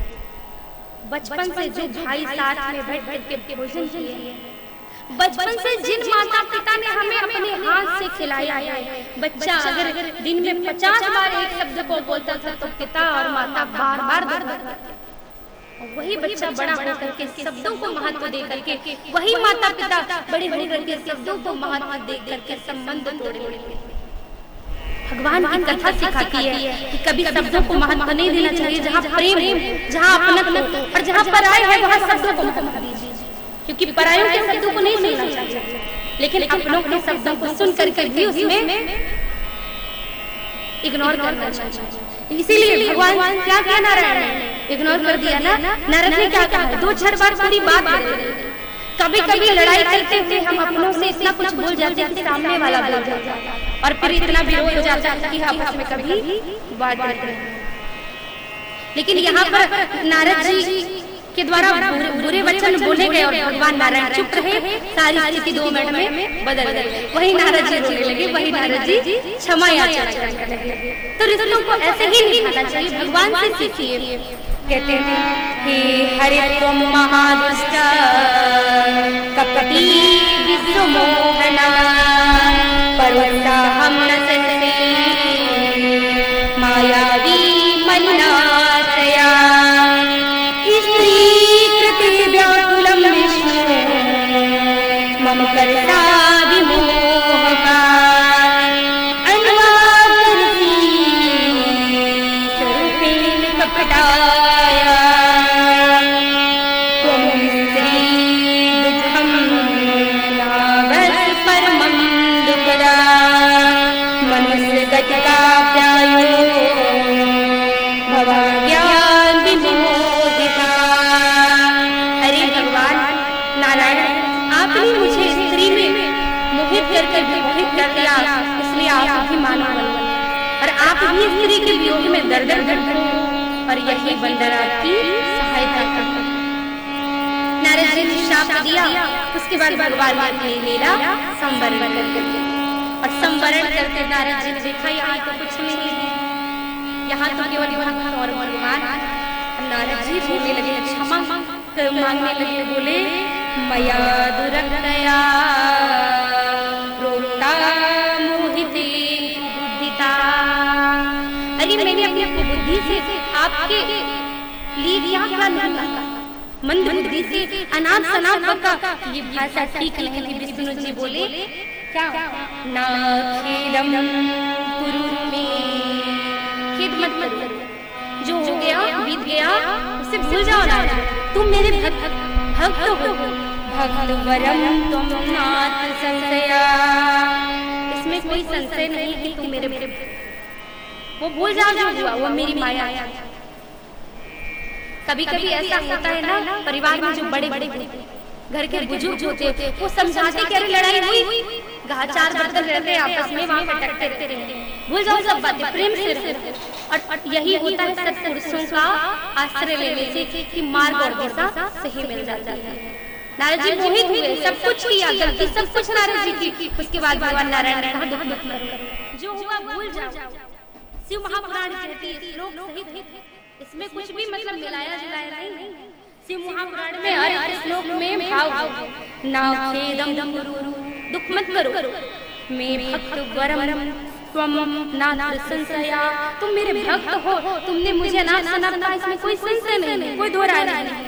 गर्वा प्रहरता सा स्वामी शंकर परमेश्वरा। अरे नारद जी, ये शंकर जी की माया है, वो स्वामी है जगत के, उनकी माया से ही सब कुछ हुआ, इसलिए तुम चिंता मत करो, ये सब शंकर जी ने ही रचा है। तुम जा जाके शंकर जी का जप भजन करो।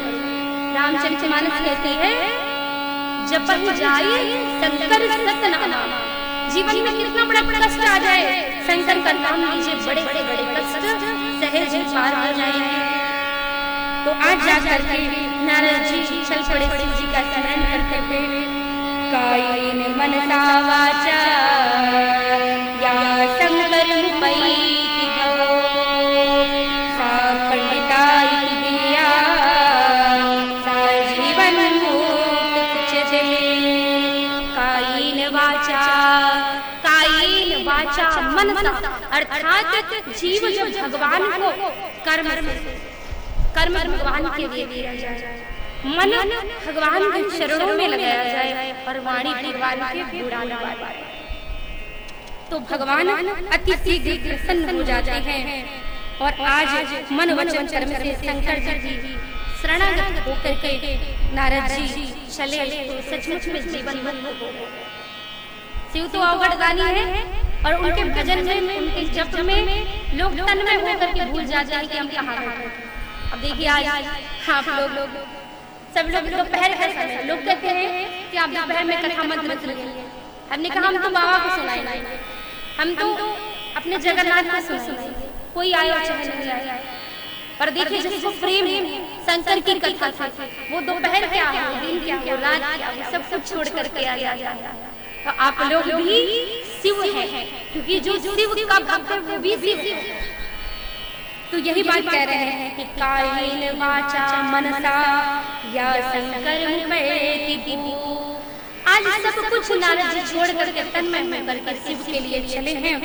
और नारद जी को संबोधित करते हुए विष्णु जी बोले, शृण्वं नारद मुने सदुपायं सुखप्रदं सर्वपापहर्तारं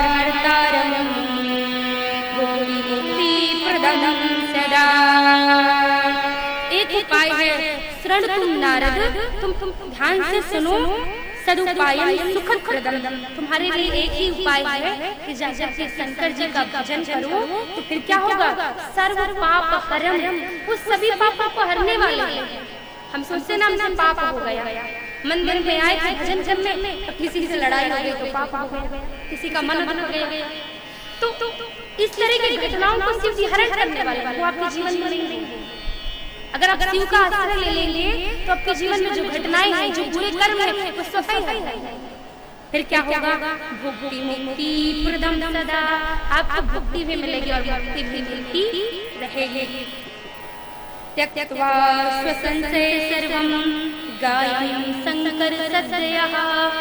आप जो भी तुम्हारे मन में शोक है, संशय है, दुख है, सब छोड़ करके जा जाके शिव का भजन करिए।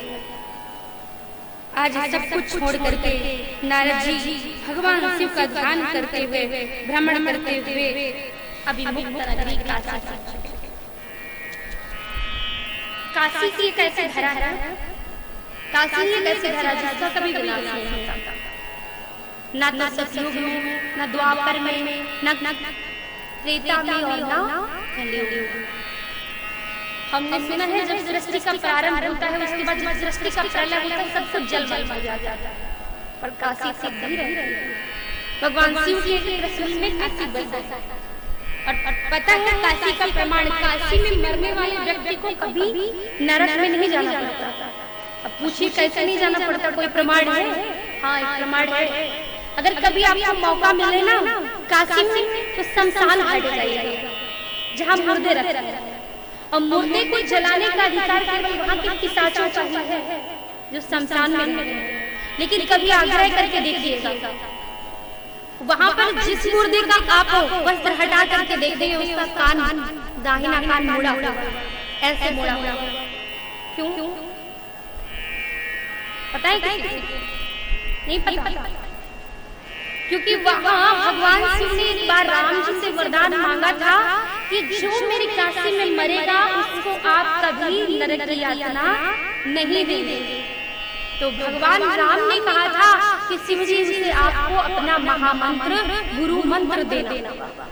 तो काशी में जो मरते हैं उनको भगवान सबको शिव मंत्र देते हैं, सब गुरु मंत्र देते हैं और उसका कान मंत्र फूंक करके मोड़ देते हैं।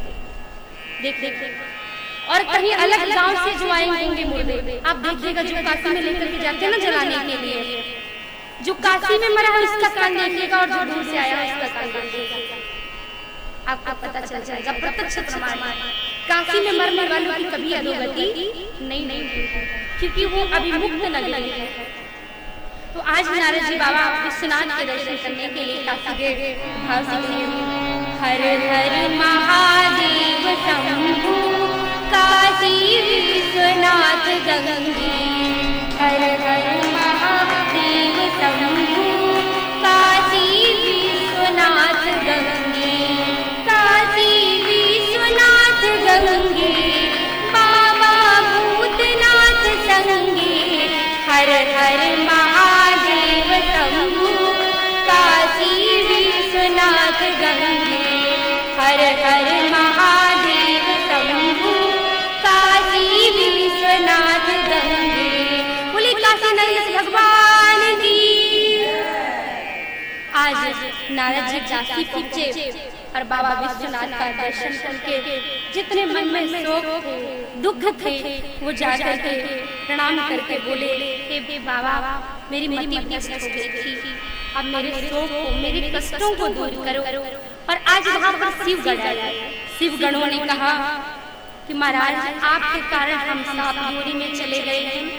नारद जी ने कहा क्षमा करना शिवगणों, मुझसे गलती हो गई, उस समय मैं क्रोध में था और क्रोध में व्यक्ति से बहुत नुकसान होता था, इसलिए क्रोध के समय विवेक का घोट किया जाना चाहिए और ज्यादा क्रोध आए तो व्यक्ति को उस समय एकांत कर लेना चाहिए और नमः शिवाय का जप करना चाहिए। एक क्रोध चला जाए, जिसको बहुत क्रोध आता है, आप देखिएगा कोई उस समय बात ना करे, उसको बिल्कुल अकेला छोड़ दे और 10 मिनट बाद देखना क्रोध में एकदम परिवर्तन हो जाएगा। तो बाबा बोले उस समय मैं क्रोध में था और क्रोध में मैंने ऐसा शाप दे दिया कि आप राक्षस बन जाओ। लेकिन मैं कहता हूँ आपको राक्षस तो बनना पड़ेगा, लेकिन राक्षस बनने के बाद भी आपका उद्धार शिव जी करेंगे। वीरान् मुनिवरस्याप्ता राक्षस सम्मादित सायतां विभो संयुक्तौ बलिनौ सुप्रतापिनौ सर्वब्रह्माण्ड राजनो शिवभक्तौ जितेन्द्रियौ शिवापरतनो मृत्यु प्राप्त संपरमार्थता। अरे आपको मुनिवर राक्षस योनि में तो जाना पड़ेगा, लेकिन सर्व ब्रह्मांड राजनु शिव भक्तों जितेंद्रिय, आप शिव के भक्त होंगे, जितेंद्रिय होंगे, दुनिया में आपका वध करने वाला कोई नहीं होगा शिव के अलावा। और वही देखिए शिव का भक्त कौन हुआ? रावण हुआ ना, कुंभकर्ण शिव के भक्त हुए और शिव जी ने जब चाहा तब राम जी ने उनका वध किया। रामस्य ईश्वरा सा रामेश्वर, जो राम का ईश्वर, राम का ईश्वर कौन है? शिव। और शिव का ईश्वर कौन है? राम। दोनों एक दूसरे के पूरक हैं। तो जब शिव जी ने चाहा तब राम जी ने रावण और कुंभकर्ण का वध किया। इस प्रकार नारद जी शिव जी का दर्शन करते हुए वहां से ब्रह्मलोक पहुंचे और ब्रह्मलोक जाकर के ब्रह्मा जी से कहने लगे कि आप मुझे शिव तत्व और शिव की पूजा विधि बताने का कृपा करें। नारद जी बोले कि आज तक मैंने बहुत लोगों के मुख से शिव जी की कथा सुनी है, पर मुझे तृप्ति नहीं हुई, मुझे वो भाव नहीं मिला। मैं आज फिर से शिव जी की महिमा को सुनना चाहता हूँ। और यहाँ पर मुझे लग रहा है सब लोग पहली बार बैठ करके शिव महापुराण की कथा सुन रहे हैं। आज तक यहाँ गौरा बाबा में भी मेरे शायद ज्ञात में आज तक शिव महापुराण की कथा नहीं हुई। तो नारद जी भी कह रहे हैं कि मैं शिव तत्व को जानना चाहता हूँ। तो ब्रह्मा जी बोले बस शिव तत्व की समग्रता का कोई नहीं जानता, भगवान नारायण भी नहीं जानते। भगवान नारायण और हमने एक बार जानने का प्रयास किया तो क्या हुआ, महाप्रलय काल में जब स्थावर और जंगम सब कुछ नष्ट हो जाता है, चारों तरफ घना अंधकार फैल जाता है। आपने देखा होगा कभी कभी भयंकर बारिश हो रही हो, सूर्य ग्रहण पड़ रहा हो, एकदम काला काला मौसम, कई बार ऐसा देखा है। वैसे ही प्रलय काल का दृश्य होता है, पूरा सारा संसार जलमग्न और एकदम अंधकार छा जाता, कुछ दिखाई नहीं देता। उस समय में एक आत्म तत्व के रूप में, एक अमूर्त रूप में जगदीश्वर ज्योतिर्लिंग प्रकट होता है। और उसी ज्योतिर्लिंग जो अनंत काल से असीम प्रकाश ले हम दे देते हैं ईश्वर, उसी को हम लोग ईश्वर कहते हैं। और वो ईश्वर अमूर्त रूप में है। अमूर्त रूप में केवल दो ही भगवान पूजे जाते हैं जिनका कोई आकार नहीं है, निर्विकार। कौन है दो? कौन है बताइए? नहीं पता? एक है शिव जी, शिवलिंग। कहाँ है उनका मुख? कहाँ है उनका चंद्रमा? कहाँ है उनका सर्प? कहाँ है उनका कुछ? कोई नहीं जाए, जिधर से जाकर के पूजा कर दो। और एक है शालिग्राम, और दोनों निर्विकार, कोई स्वरूप नहीं है उनका। एक स्वरूप के रूप में, एक आकृति के रूप में, एक पिंड के रूप में, एक लिंग के रूप में, एक चिन्ह के रूप में। और ऐसा दुनिया में कोई देवता नहीं है तीसरा जिसका स्वरूप बना करके पूजा जाए। दो ही भगवान, एक शालिग्राम और एक शंकर। किसी भी पत्थर को उठा करके लाओ और पूजने लगो तो उसमें शिव जी प्रकट हो जाते हैं। और शालिग्राम में भी ऐसा ही है। शालिग्राम पत्थर के स्वरूप में होते, कोई भी पत्थर जो नरमहा से लेकर के आए, कहाँ से? गंडक की नदी से। शिव महापुराण में आगे कथा आती भी है शालिग्राम भगवान कैसे बने। तो दो अमूर्त रूप में ईश्वर है, और उसके बाद में मूर्ति क्यों बनना पड़ा? अमूर्त में पूजा करेंगे तो कभी कभी लगता ना कि हम जिस अमूर्त की पूजा कर रहे हैं वो है कि नहीं, और है तो इसका स्वरूप कैसा है। भगवान की जो मूर्ति आप देखते हैं, विग्रह देखते हैं ना, ऐसा भगवान का स्वरूप वास्तव में है नहीं, पर भक्त ने जैसे मन के भावों से भगवान का स्वरूप बनाया, भगवान वैसे बन करके प्रकट कर। हमने ठाकुर जी को अपने इन नैनों से देखा कि ठाकुर जी ऐसे ठाकुर जी बन के प्रकट हो गए। वही आज हम लोग देखते हैं। सूरदास जी ने जैसे पद में वर्णन किया, जैसे चित्रकारों ने, कलाकारों ने उस समय भगवान को देखा और भगवान की छवि बना दी, भगवान वैसे बन गए। तभी तो रामचरितमानस में मनु महाराज ने पहले भगवान को याद किया, अनादि अखंड ब्रह्मांड के नायक। तो भगवान आकाशवाणी करके प्रकट हो गए। बोले नहीं, हमें ऐसा रूप नहीं चाहिए। कैसा रूप चाहिए? तो क्या बोले? सब बाबा शिव को आप दर्शन देते। बाबा विश्वनाथ कैसा दर्शन करते हैं भगवान का? बंदौ बाल रूप सोई रामो, सब सिद्धि सुलभ जपत जिसु नाम। अच्छा ही बात ना, जितने बड़े भगवान उतनी बड़ी सेवा। सेवा नहीं तो भगवान महाराज पर छोटा सा बच्चा जो टॉफी में भी प्रसन्न है, चॉकलेट में भी प्रसन्न है, एक कंफर्ट में भी प्रसन्न है। इसलिए जितना छोटी मूर्ति हो घर में उतना ही सुख पाना है, और जितनी बड़ी मूर्ति रखेंगे उतने ही आप कष्ट ले लेंगे। अगर उनका तीनों टाइम ठीक पूजा, उनका भोग प्रसाद सब कुछ नहीं हुआ, इसलिए सबसे छोटी मूर्ति की पूजा करनी चाहिए। शिव महापुराण की कथा कहते हैं।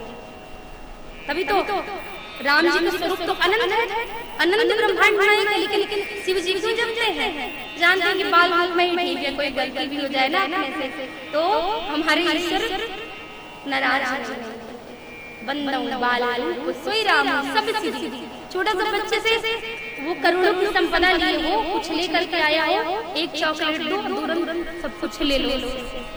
जहाँ खिलौने दे दिया वो खेल में मस्त हो गया, उसने क्या लिया था, क्या रुपए लिए थे, क्या कुछ लिया था, सब दे देता है, एक देता है कि नहीं। तो इसी तरह राम जी सब सिद्धि। आप छोटे से राम जी की सेवा करोगे ना तो सब सिद्धि दे देंगे, और बड़े से राम जी की किए तो नाराज हो गए, तुम्हारा सब ले लेंगे। प्रेम से क्या बोलना पड़ेगा, हर हर महादेव। इसी प्रकार शिव जी अमूर्त से मूर्त रूप में प्रकट हुए, प्रकृति के रूप में और पुरुष के रूप में। हम ब्रह्मा जी बता रहे हैं कि हमें प्रकट किया। सर्वप्रथम भगवान शिव जी की आदि शक्ति से नारायण भगवान प्रकट हुए, और नारायण जी जलमग्न संसार में लेटे थे। विशाल समुद्र के अथाह सागर में नारायण भगवान लेटे थे ध्यान मुद्रा में। उसी समय भगवान नारायण की नाभि कमल प्रकट हुआ, और उसी में ब्रह्मा जी का प्रादुर्भाव हो गया। अब ब्रह्मा जी सोचने लगे, मेरा देवता कौन, मुझे प्रकट करने वाला कोई नहीं। ब्रह्मा जी दौड़े दौड़े कमल नाल से नीचे गए, 1000 वर्ष तक नीचे चले गए, कोई नहीं दिखा जल के अलावा। फिर दौड़े दौड़े फिर वापस आए, ऊपर भी कुछ नहीं देखा। तब उनके कान में आवाज पड़ी, तप तप करो। कोई वाणी कह रही है कि तप करो। तपा कुरु दृढ़ भूत्वा परमकार साधनम इति उक्त्वा श्वास मार्गेण ददौ च निगमं तथा। कोई वाणी कह रही है तपः कुरु, तुम तप करो, और तप करके क्या होगा, परम कार्य साधनम, तुम्हें परम कार्य और साधन मिल जाएगा। क्या करना है, क्या नहीं करना, श्वास मार्गेण, और कैसे करना है, शिव जी के श्वास के माध्यम से जप का मंत्र देकर के तप करने के लिए आदेश किया। तप करने लगे, और तप करते करते फिर आकाशवाणी हुई। 1000 वर्ष बीत गए, फिर आकाशवाणी हुई। तपा पुनः प्राप्तव्यं संशयस्यापते ततः सा पुरुषो विष्णु प्रबुद्धो ध्यान मार्गता सुखितो स्वयं प्राप्ता महो। संशय की निवृत्ति के लिए फिर पुनः तप तब फिर तप करने लगे, और तप करते करते विष्णु जी ने दर्शन दिया, और दर्शन दे करके कहते हैं तथा सा पुरुषो विष्णु प्रबुद्धो ध्यान मार्गता। अरे ब्रह्मा जी, जिसको तुम तप कर रहे हो ना, उसका तप मैंने भी किया, और ध्यान के रूप में उसे हम लोगों ने स्मरण किया है, और वही समय प्राप्त होने पर हमारे सामने तत्व के रूप में प्राप्त हुआ है। तुम मेरा नाम जानोगे, मेरा नाम है नारायण, और मेरा नाम नारायण क्यों पड़ा, तो कहने लगे कि जब मैं जल से प्रकट हुआ, विष्णु जी ने कहा जब मैं जल से प्रकट हुआ, तो जल को संस्कृत में कहते हैं नार। क्या कहते हैं, नार। और जिसका जल में ही निवास, अयन, अयन कहते हैं निवास, तो नार प्लस अयन बन गया नारायण। इसलिए मेरा नाम पड़ गया नारायण, क्योंकि मैंने जल में ही अपना घर बना लिया, अपना निवास बना लिया, इसलिए मेरा नाम पड़ा नारायण। और जब मैं जल में भगवान शंकर की इच्छा से सो गया, तो मेरे नाम कल से आपका प्रकट हो गया। अब जब आपका प्रकट हुआ, तो आप सबको देखने लगे कि मैं कौन हूँ, मैं कौन हूँ, क्यों उत्पन्न हुआ हूँ। तब उसी समय आकाशवाणी हुई ना कि तप करो, तप करो, और तप किया तो मेरा दर्शन हुआ। अब ब्रह्मा जी सोचने लगे, अरे ये मेरा जन्मदाता नहीं, ये तो मेरे जैसा दिखता है, इसका मतलब कि ये लगता है कोई बहन। ब्रह्मा जी कहने लगे कि मैं तुम्हारा बड़ा, नारायण भगवान से दोनों आपस में लड़ने लगे, मैं बड़ा, वो कहने लगे मैं बड़ा, दोनों आपस में टकरा गए। अहमेव परम ब्रह्म परम पितामह, अरे मैं तुम्हारा पितामह, वो कहने लगे मैं तुम्हारा पितामह, और दोनों आपस में टकरा गए, लड़ने लगे। उसी समय क्या हुआ, उसी समय एक आकाशवाणी हुई कि मेरे शरणागत हो जाइए, मेरी शरण ले लीजिए आप दोनों, आप युद्ध मत करिए। तब कहने लगे शरणं ब्रज मे विद्धि अहं त्वां सर्वे दुःखेभ्यो रक्षास्यामि न संशया। अरे क्या होगा, आप मेरी शरण ले लेंगे तो मैं आपकी रक्षा करूंगा। ब्रह्मा जी बोले बस विष्णु जी के वचन सुन करके मुझे और क्रोध बढ़ गया, और उधर से आकाशवाणी हो रही थी, मुझे कुछ समझ में नहीं आ रहा था। तभी हम दोनों ने एक दूसरे के साथ अस्त्र शस्त्र उठाया और हम दोनों एक दूसरे पर भीषण प्रहार करने लगे। उसी समय एक ज्वलनमान एक लिंग प्रकट हुआ। बोले शंकर भगवान की। जब लिंग प्रकट हुआ तो उसी समय मैंने बराबर और विष्णु जी ने बराबर का रूप धारण कर लिया और मैंने हंस का रूप धारण कर लिया। हंस कैसा पक्षी? हाँ, मतलब सत्य की परख अगर किसी में है तो वो हंस में है। तो ब्रह्मा जी ने हंस का रूप बना लिया और नारद जी ने, विष्णु जी ने बराबर का रूप बना लिया। क्योंकि अगर व्यक्ति ऊंचाई पर पहुंच सकता है तो वो हंस की वृद्धि को धारण करके, और कोई सबसे नीचे गर्द मार्ग में जा सकता है तो वो सूकर करके। सबसे नीची योनि कौन सी है? सूकर। तो जैसा जीव कर्म करता है उसको वैसी योनि में जाना पड़ता है। सबसे नीची योनि जो है वो सूकर करके। तो देखिए, जो बड़ा बनना जानता है, जो सबसे बड़ा है, वो सबसे छोटा भी बनना जानता है। इसीलिए भगवान नारायण में कोई भेद नहीं रखा शंकर जी ने। भगवान नारायण सबसे बड़े देव, भगवान शिव भी उनकी आराधना करते हैं, लेकिन वो सबसे नीचे भी बन गए, सबसे छोटे भी बन गए। उन्होंने सूकर का रूप धारण कर लिया और सूकर का रूप धारण करके पता लगाने के लिए गए कि ये मूल लिंग कहाँ से प्रकट हुआ, इसकी ऊंचाई कितनी है और ये कहाँ तक अनंत काल में फैला है। दोनों लोग गए और दोनों लोग जा करके ढूंढने लगे, पर इनको शांति नहीं मिली। तो ये हाथ जोड़ करके उस लिंग के सामने बोले, जानी वो नैने रूपम यो यसी महाप्रभु नमस्ते के महिमान रूपम दर्शनो त्वरण जानियो नैते रूपम। हम घूम घूम करके आ गए पर मैंने आपका रूप नहीं जान पाया।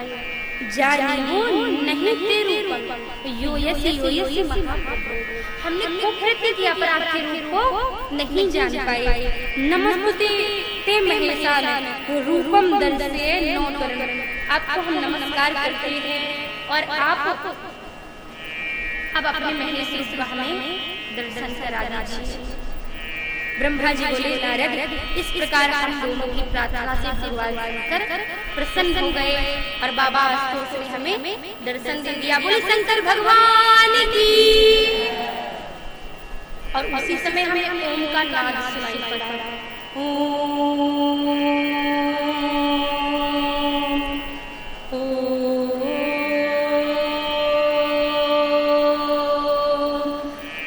के आकार हमें सुनाई देने लगे और हम दोनों ने लिंग के दक्षिणी भाग में आद्य अक्षर आकार को, ऊपरी भाग में उकार को और मध्य भाग में मकार को देखा।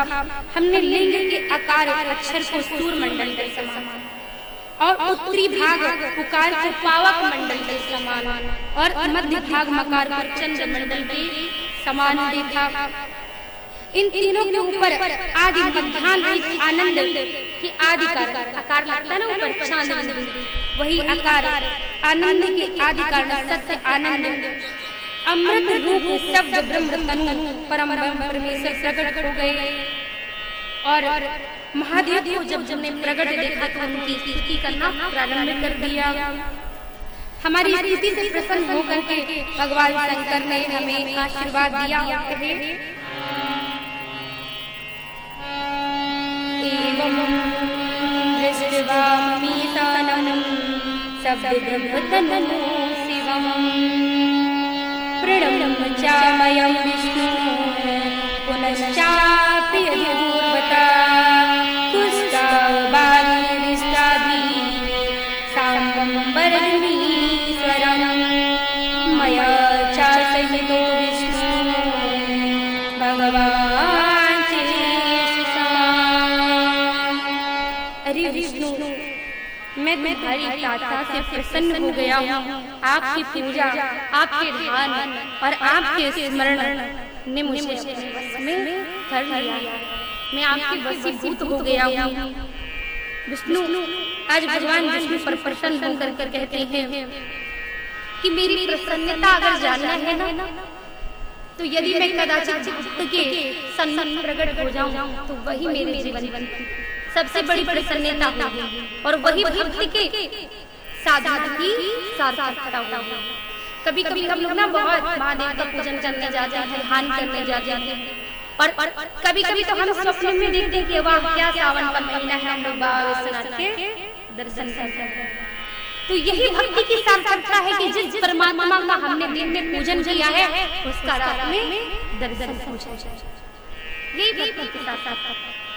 भगवान शिव का स्मरण किया ब्रह्मा विष्णु ने, और जब शिव उनके सामने प्रकट हो गए तो बोले, शिव अवघड़दानी बाबा खुद बोले कि मेरी प्रसन्नता यही समझिए कि मैं आपके सामने प्रकट होकर के दर्शन दे रहा हूं। और आपने कहा कि आपकी चिंताओं, भय और आशंकाओं की मुक्ति कैसे है, तो उत्तर सुनिए। जब भी आपके जीवन में ब्रह्मा विष्णु के जीवन में भी कोई कष्ट आए तो आप एक उपाय करिए। मम लिंगं सदा पूजं ध्यायं चेतादृशं मम। क्या करिए? मम लिंगं, मेरे लिंग का पूजन करिए। सदा पूजं ध्यायं चेतादृशं मम। क्या करना है? मेरे शिवलिंग का सदैव पूजन करिए और मेरा ध्यान करिए। भगवान चाहते, राम जी चाहते तो जिनके दर्शन के लिए भगवान कैलाश से उतर करके पंचवटी में आ गए, तो वो चाहते तो उन्हें रामेश्वर की स्थापना करने की क्या जरूरत है? शिवलिंग की पूजा करने की क्या जरूरत है? वो तो चाहते तो साक्षात भगवान को बुला लेते, माता पार्वती को, और बाबा कृपा करते तो तुरंत समुद्र पार हो जाते। लेकिन क्या भगवान शिव सबसे ज्यादा कैसे प्रसन्न होते हैं? मम लिंगम सदा पूजं, जो मेरे शिवलिंग की सदा पूजा करता है उस पर मैं सदैव प्रसन्न रहता हूँ। पूजितो लिंग रूपेण प्रसन्नो विविधं फलं दस्यामि सर्वलोकेभ्यो मनोस्तुभीष्टानि सा। अरे पूजितो लिंग रूपेण प्रसन्नो विविधं फलं। आपको एक फल नहीं मिलेगा। आप सोचो कि हमने शिव जी की पूजा की है तो हमें जो चाहिए वो मिले, आप जो मांगो सब मिलेगा। किसी विशेष फल की प्राप्ति के लिए शिव की पूजा नहीं होती। लोग सोचते हैं सावन आया है, सावन में शिव जी की पूजा, फिर कार्तिक आएगा ठाकुर जी की पूजा कर लेंगे, फिर होली आएगी तो फागुन मनाने के लिए कृष्ण भगवान की पूजा कर लेंगे, है ना? ऐसा नहीं करना चाहिए। इसलिए एक की भक्ति से सबकी भक्ति मिल जाती है। अगर आप शिव जी की आराधना करेंगे तो आपको निश्चित नारायण की भक्ति मिलेगी, और अगर आप नारायण की भक्ति करेंगे तो निश्चित शिव जी की भक्ति मिलेगी। इसलिए सदैव पूजितो लिंग रूपेण प्रसन्नो विविधं फलं दस्यामि सर्वलोकेभ्यो। जो आपके जितने भी अभीष्ट मनोरथ है वो सब शिवलिंग के पूजन से पूर्ण हो जाए। और शिव जी कहते हैं कि जो मेरे शिवलिंग की उपासना करता है उसके समस्त दुख दूर हो जाते हैं, समस्त कष्ट दूर हो जाते हैं। और आज भगवान शंकर ब्रह्मा जी को सृष्टि की रचना करने का अधिकार है। ब्रह्मा जी केवल रचना कर सकते हैं और भगवान नारायण सृष्टि का पालन कर सकते हैं। आज इनको ये पद सौंपा भगवान ने और कहे कि वत्स नारद, शंकर जी के वचन को सुनकर के मैं ब्रह्मा और विष्णु करवर होकर के प्रार्थना करते हैं कि आपकी सहायता के बिना हम अपना कोई कार्य नहीं कर सकते हैं, कोई मतलब जीवन का निर्वाह नहीं कर सकते हैं। इसलिए आपसे प्रार्थना है कि आप निर्गुण से सगुण रूप में आइए। ब्रह्मा जी ने और भगवान नारायण ने प्रार्थना की कि प्रभु अब आप सगुण रूप में आइए। ये ज्योतिर्लिंग जो आपका है इससे हमारा कुछ होने वाला नहीं है, अब आप सगुण रूप में आइए और हमारी सहायता करिए। आज सब शिव जी की आत्मभाव से दोनों ब्रह्मा विष्णु महेश प्रार्थना करने लगे और कहने लगे तो अहम यातया विष्णु ब्राह्मणावतारे प्रार्थनां करिष्यामि सत्या यदि भक्तवत्सला। अगर आप भक्तवत्सल हैं तो आज हमारी प्रार्थना से हम आपसे प्रार्थना करते हैं और हमारी प्रार्थना को स्वीकार करिए और प्रार्थना को स्वीकार करके आप निर्गुण होकर के भी सगुण रूप में आइए। जिस प्रकार आभूषणों को धारण करने आप चाहे जौन सा आभूषण धारण कर लीजिए, लेकिन जब स्वर्ण धारण करेंगे ना तो अलग नहीं है। उसी प्रकार विभिन्न रूप धारण करने पर निर्गुण निराकार आप रहते हैं, लेकिन जब आप सगुण रूप में आएंगे तो स्वर्ण के भांति दीप्यमान होंगे। यह कहकर के भगवान धीरे धीरे अंतर्निहित हो गए और तब से शिव जी के प्रतीक रूप में लिंग पूजा प्रचलित हुई। तभी भगवान ने उस समय आशीर्वचन दिया कि भले मैं निर्विकार रहूं पर लिंग जो रूप है मेरा वो सगुण रूप है। कल भी मैंने आपको बताया था ना, जब शिवलिंग में पूजा करते हैं तो हम सोचते हैं कि इसमें माता पार्वती नहीं, इसमें भगवान गणेश जी नहीं, इसमें भगवान कार्तिकेय नहीं, इसमें शिव पुत्री नहीं है, नर्मदा नहीं है, पर जो शिवलिंग होता है, ये जो शिवलिंग है ऊपर वो भगवान शंकर है, नीचे जो जलारी है हस्त कमल में वो माता पार्वती, और जो ये धारियां रहती है ऐसे आगे की ओर दो वो शिव जी के पुत्र गणेश कार्तिकेय, और उसी के बीच में शिव जी की पुत्रियां रहती हैं। शिवलिंग में सारा स्वरूप, सारा शिव परिवार समाहित, उसको अलग अलग समझना चाहिए। ऐसे ही कहते हैं। और तभी से भगवान नारायण और ब्रह्मा जी की प्रार्थना से शिवलिंग की पूजा प्रचलित हुई। ऐसा शिव महापुराण कहता है और बहुत सारी किंवदंतियों पर नहीं पढ़ना चाहिए। बहुत सारे राइटरों ने पता नहीं क्या क्या लिखा, लेकिन जो अपना पुराण है, जो शास्त्र प्रमाण है, जो वेद व्यास जी द्वारा लिखा गया है, उन्हीं चीजों को प्रमाण मानना चाहिए। शिव महापुराण कहते हैं कि तभी भगवान की लिंग पूजा शुरू हुई और उसी समय शिव जी की वेदी को भगवती पार्वती और लिंग को साक्षात शंकर मान करके पूजा करना चाहिए। लिंगे प्रतिष्ठिता भुक्ति मुक्ति प्रदायका लिंग देवी महादेवी लिंगम साक्षात् महेश्वरा शिवार्चनं विधि ब्रूहि येन तुष्टो भवा शिवा। लिंग प्रतिष्ठोतम, लिंग में जो है और जो उसकी वेदी है वो माता पार्वती है। इस प्रकार लिंग की पूजा विधि बताई है। अब नारद जी प्रश्न करते हैं ब्रह्मा जी से कि ये बताइए कि जो आप बातें सुना रहे हैं, कथा सुना रहे हैं, ये किसने सुनी? तो बोले कि ऋषियों से सूत जी सुनी ऋषियों ने, उसके बाद तुम मुझसे सुन रहे हो, और यही कथा एक बार उपमन्यु ने नारद जी से सुनी, और यही कथा सनत कुमार जी से उपमन्यु ने सुनी, और उपमन्यु से यही कथा वेद व्यास जी के द्वारा सनत कादि ऋषियों के द्वारा पहुंच गई, और यही आज हम सबके बीच धरातल पर प्रकट गई है। नारद जी को बताते हुए बोले कि मैंने विस्तार से 100 वर्षों से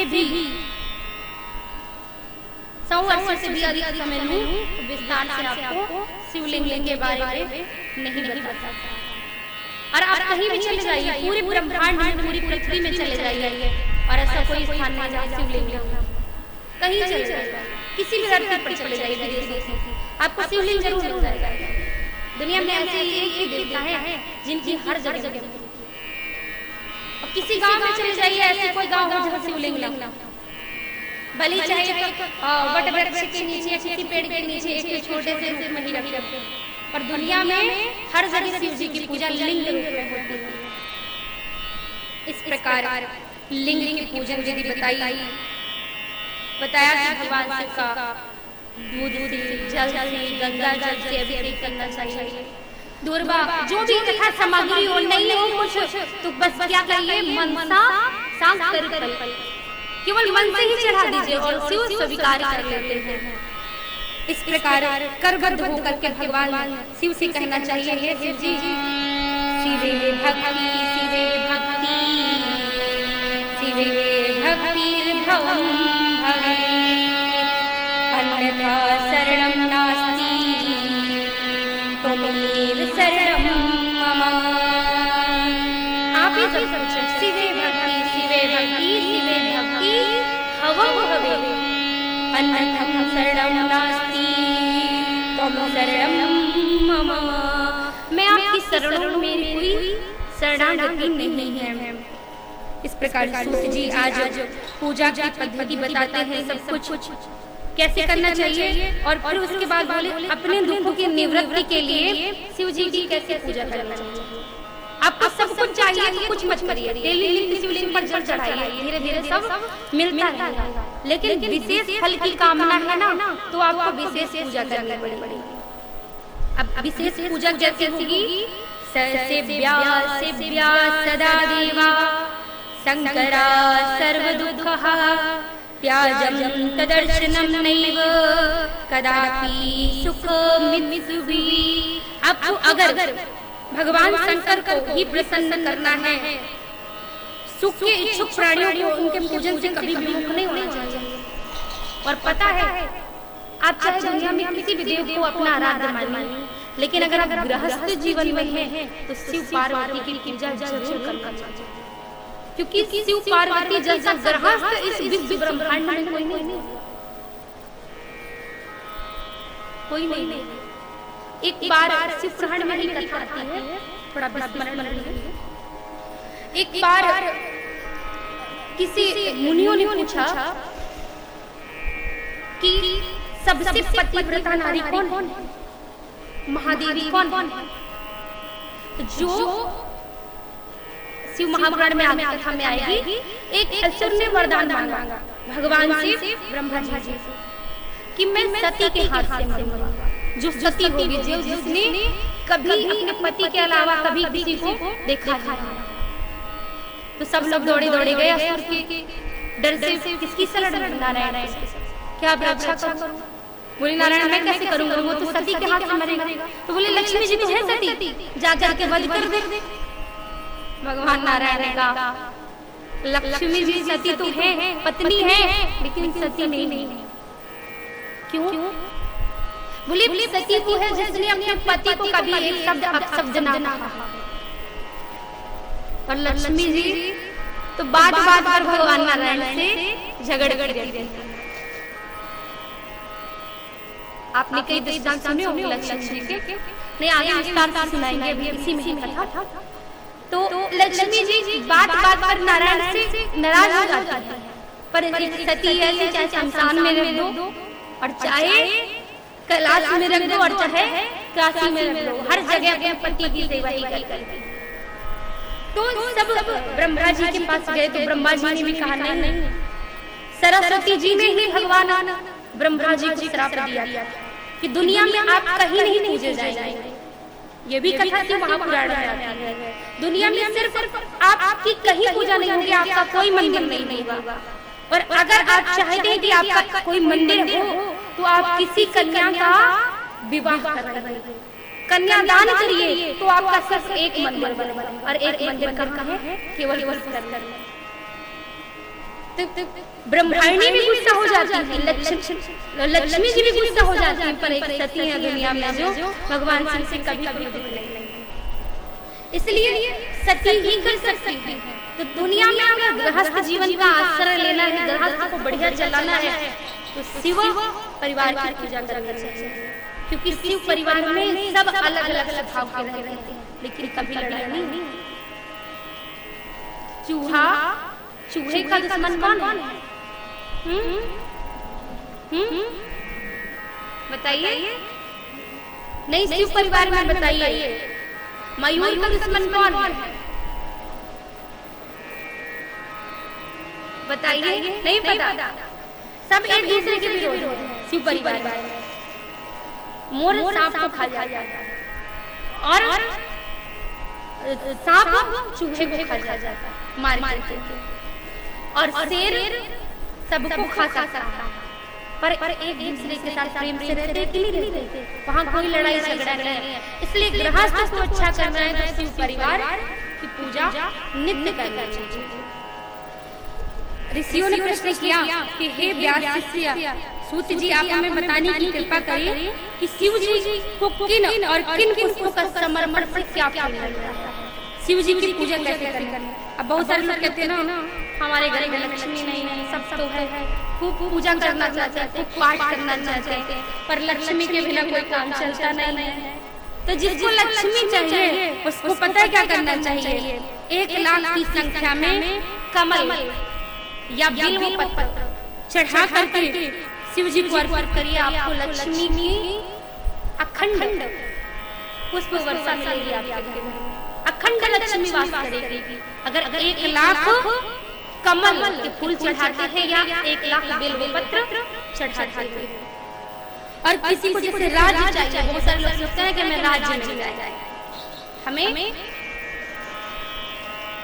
सुख मिले, राज्य मिले, हमारा अधिकार चले, तो उसको क्या करना चाहिए? 1 करोड़ कमल पुष्प और इतनी ही संख्या में बिल्व पत्र चढ़ाना चाहिए, उसको अखंड राज्य का वरदान मिलेगा। और अगर कोई व्यक्ति असाध्य मतलब बहुत रोग से पीड़ित है, उसका रोग ही न मिट रहा हो, रोग मुक्ति के लिए 51,000 पुष्पों से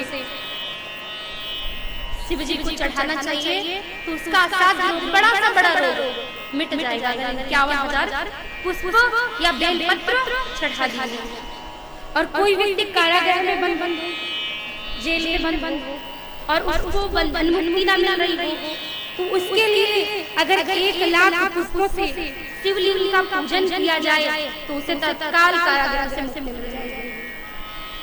और विद्या प्राप्ति के लिए, जैसे बोलते ना कि हमारा बच्चा पढ़ता नहीं है, बहुत पढ़ लिख करके कुछ करे, उसका मन नहीं लगता, तो विद्या प्राप्ति के लिए 25,000 पुष्पों का शिव जी पर पूजन करो, बिल्व पत्र चढ़ाओ, तो आपका पुत्र पुत्री पढ़ने लगेगा, विद्या प्राप्ति हो जाएगी। और अगर बहुत सारे लोग कहते हैं ना, अनायास हमारे शत्रु बन गए, बहुत सारे परेशान करके दिन रात कष्ट पहुंचाते हैं, तो अगर आपके बहुत शत्रु हो और उनसे आपको मुक्ति पाना हो, तो 25,000 पुष्पों का विधान है शिव महापुराण में। युद्ध में जैसे युद्ध करने जा रहे हैं सैनिक, और युद्ध में जीत के लिए लड़ना है, तो अगर 1 करोड़ पुष्पों से या बेल पत्र से शिव जी का पूजन हो, तो युद्ध निश्चित ही जीता जाएगा।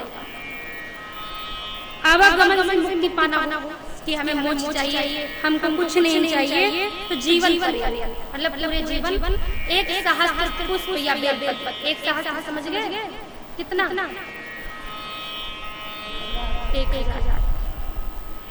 सावन में 1,000 जाके चढ़ा दिया जाए, 30 दिन होता है, और 1,000 चढ़ा दिया तो बहुत कम ही है ना, 1,000 तो हो ही सकता है। 30 दिन में 1,000 बहुत कम नहीं है, हो जाएगा, तो सब हो जाएगा। अगर इतना चढ़ा दिए हर सावन में जीवन पर्यंत, तो मोक्ष निश्चित है। दीर्घ आयु चाहिए, लोग बोलते ना कि हमें बहुत लंबी आयु चाहिए, तो उन्हें शिव जी का पूजन, शिवलिंग का पूजन कुशों से करना चाहिए। कुश जान और अगर पुत्र की, बहुत सारे लोग पुत्र की संतान और जिसको संतान की कामना है उसको भगवान शिव के शिवलिंग पर धतूरे के पुष्प चढ़ाने चाहिए। सहस्त्र पुष्प चढ़ा दीजिए, धतूरे के पुत्र निश्चित होगा और शिव भक्त होगा। लेकिन धतूर के पुष्प कैसे हो? लाल वाले दो प्रकार के होते हैं ना, एक सफेद में आता है एकदम और एकदम एक लाल में आता है, हल्का लाल। मन को स्थिर और निर्मल बनाने के इच्छुक व्यक्ति को निर्गुंडी के पुष्प से शिव जी का अभिषेक करना चाहिए। इस प्रकार भिन्न भिन्न फलों के लिए भिन्न भिन्न पूजा बताई गई है। अंत में कहे कि अगर कुछ ना मिले तो कोई भी ऋतु फल शिव जी को चढ़ाइए और उसको चढ़ाने से अभीष्ट लाभ प्राप्त होता है। सूत जी कहे कि अगर किसी गृहस्थ के जीवन में संकट चल रहे हो, बहुत लड़ाई झगड़ा चल रहा हो, कुछ चाट चल रहा हो, प्रेम ना हो दोनों आपस में, तो प्रियजनों में शिथिलता हो, शारीरिक दुखों की वृद्धि होने लगे और घर में कलह बढ़ने लगे तो क्या करें? तो बोले कि फिर शिव जी का नित्य दूध से अभिषेक करना चाहिए। धीरे धीरे कलह अपने आप दूर हो जाता है और घर में प्रेम बढ़ जाता है। और अगर दूध में शक्कर मिलाकर शिव जी का अभिषेक किया जाए तो दुख, क्लेश, संताप और क्षोभ सब दब जाता है, उसी शिवलिंग में सब अर्पित हो जाते हैं। और बहुत सारे लोग कहते हैं एक विशेष बात, जीवन में अगर आपको शत्रु ना बनाना हो, शत्रु का विनाश करना हो अपने जीवन से, तो नित्य शिव जी को सरसों के तेल से अभिषेक करिए। आपके सारे जितने शत्रु हैं वो सब आपके प्रेमी बन जाएंगे।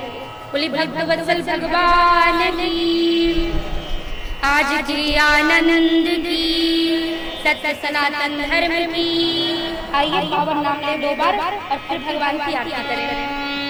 ओम नमः शिवाय, ओम नमः शिवाय, ओम नमः शिवाय, ओम नमः शिवाय, ओम नमः शिवाय, ओम नमः शिवाय, ओम नमः शिवाय, ओम नमः शिवाय, ओम नमः शिवाय, ओम नमः शिवाय, ओम नमः